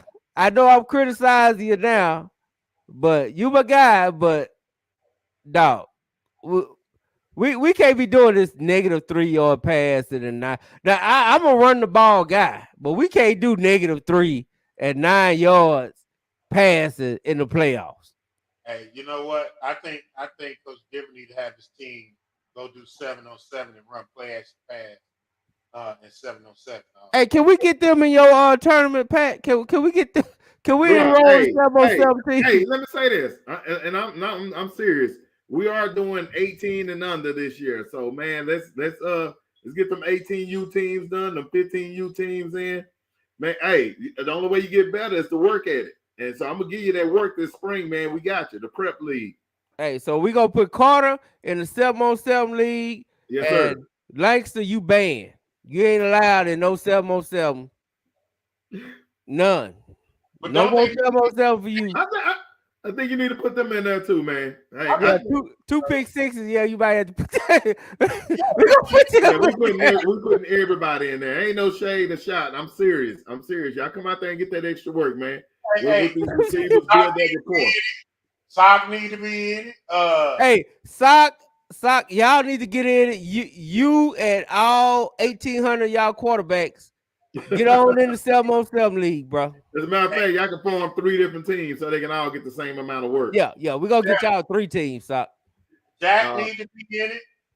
Hey, Jack. Hey, I ain't gonna lie, man. Man, dude, Jack is my guy. And one thing I like about Jack and Kyle Ward is they ain't got no problem clapping back at me, because they will clap back at me. But Jack, you can talk about my muffler mic, but like Coach Will told you, you ain't got nothing else to do. You might well come on the show. It ain't like we got a game. Bruh. All right, fellas. Hey, I got one interview, but I'm not going to run it tonight. I'm going to save it to Wednesday. Shout out Parish Episcopal while my boys are going in. The Dub Sunday night. It has been great. Another great one. A big crowd on tonight, man. Salute to everybody. Hey, guys, we keeping it Rizil. The Dub Wednesday night, baby. Watch this.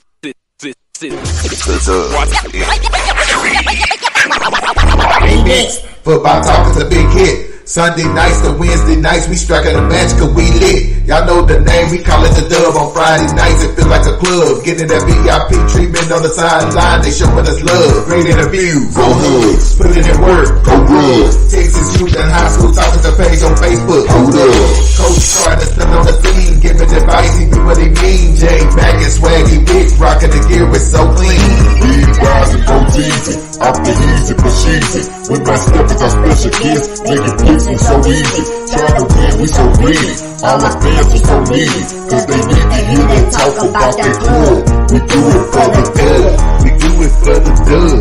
We do it for the dub. We do it for the dub. That DF dub. We do it for the dub. We do it for the dub. We do it for the dub. That DF dub. Welcome to the Dub, #1 high school podcast starring Pat Botese, Jeremy McInnes, Whitfield Roderick, Coach Carr, and Ron Riser. Well, all right. What's happening? What's going on? Welcome to the #1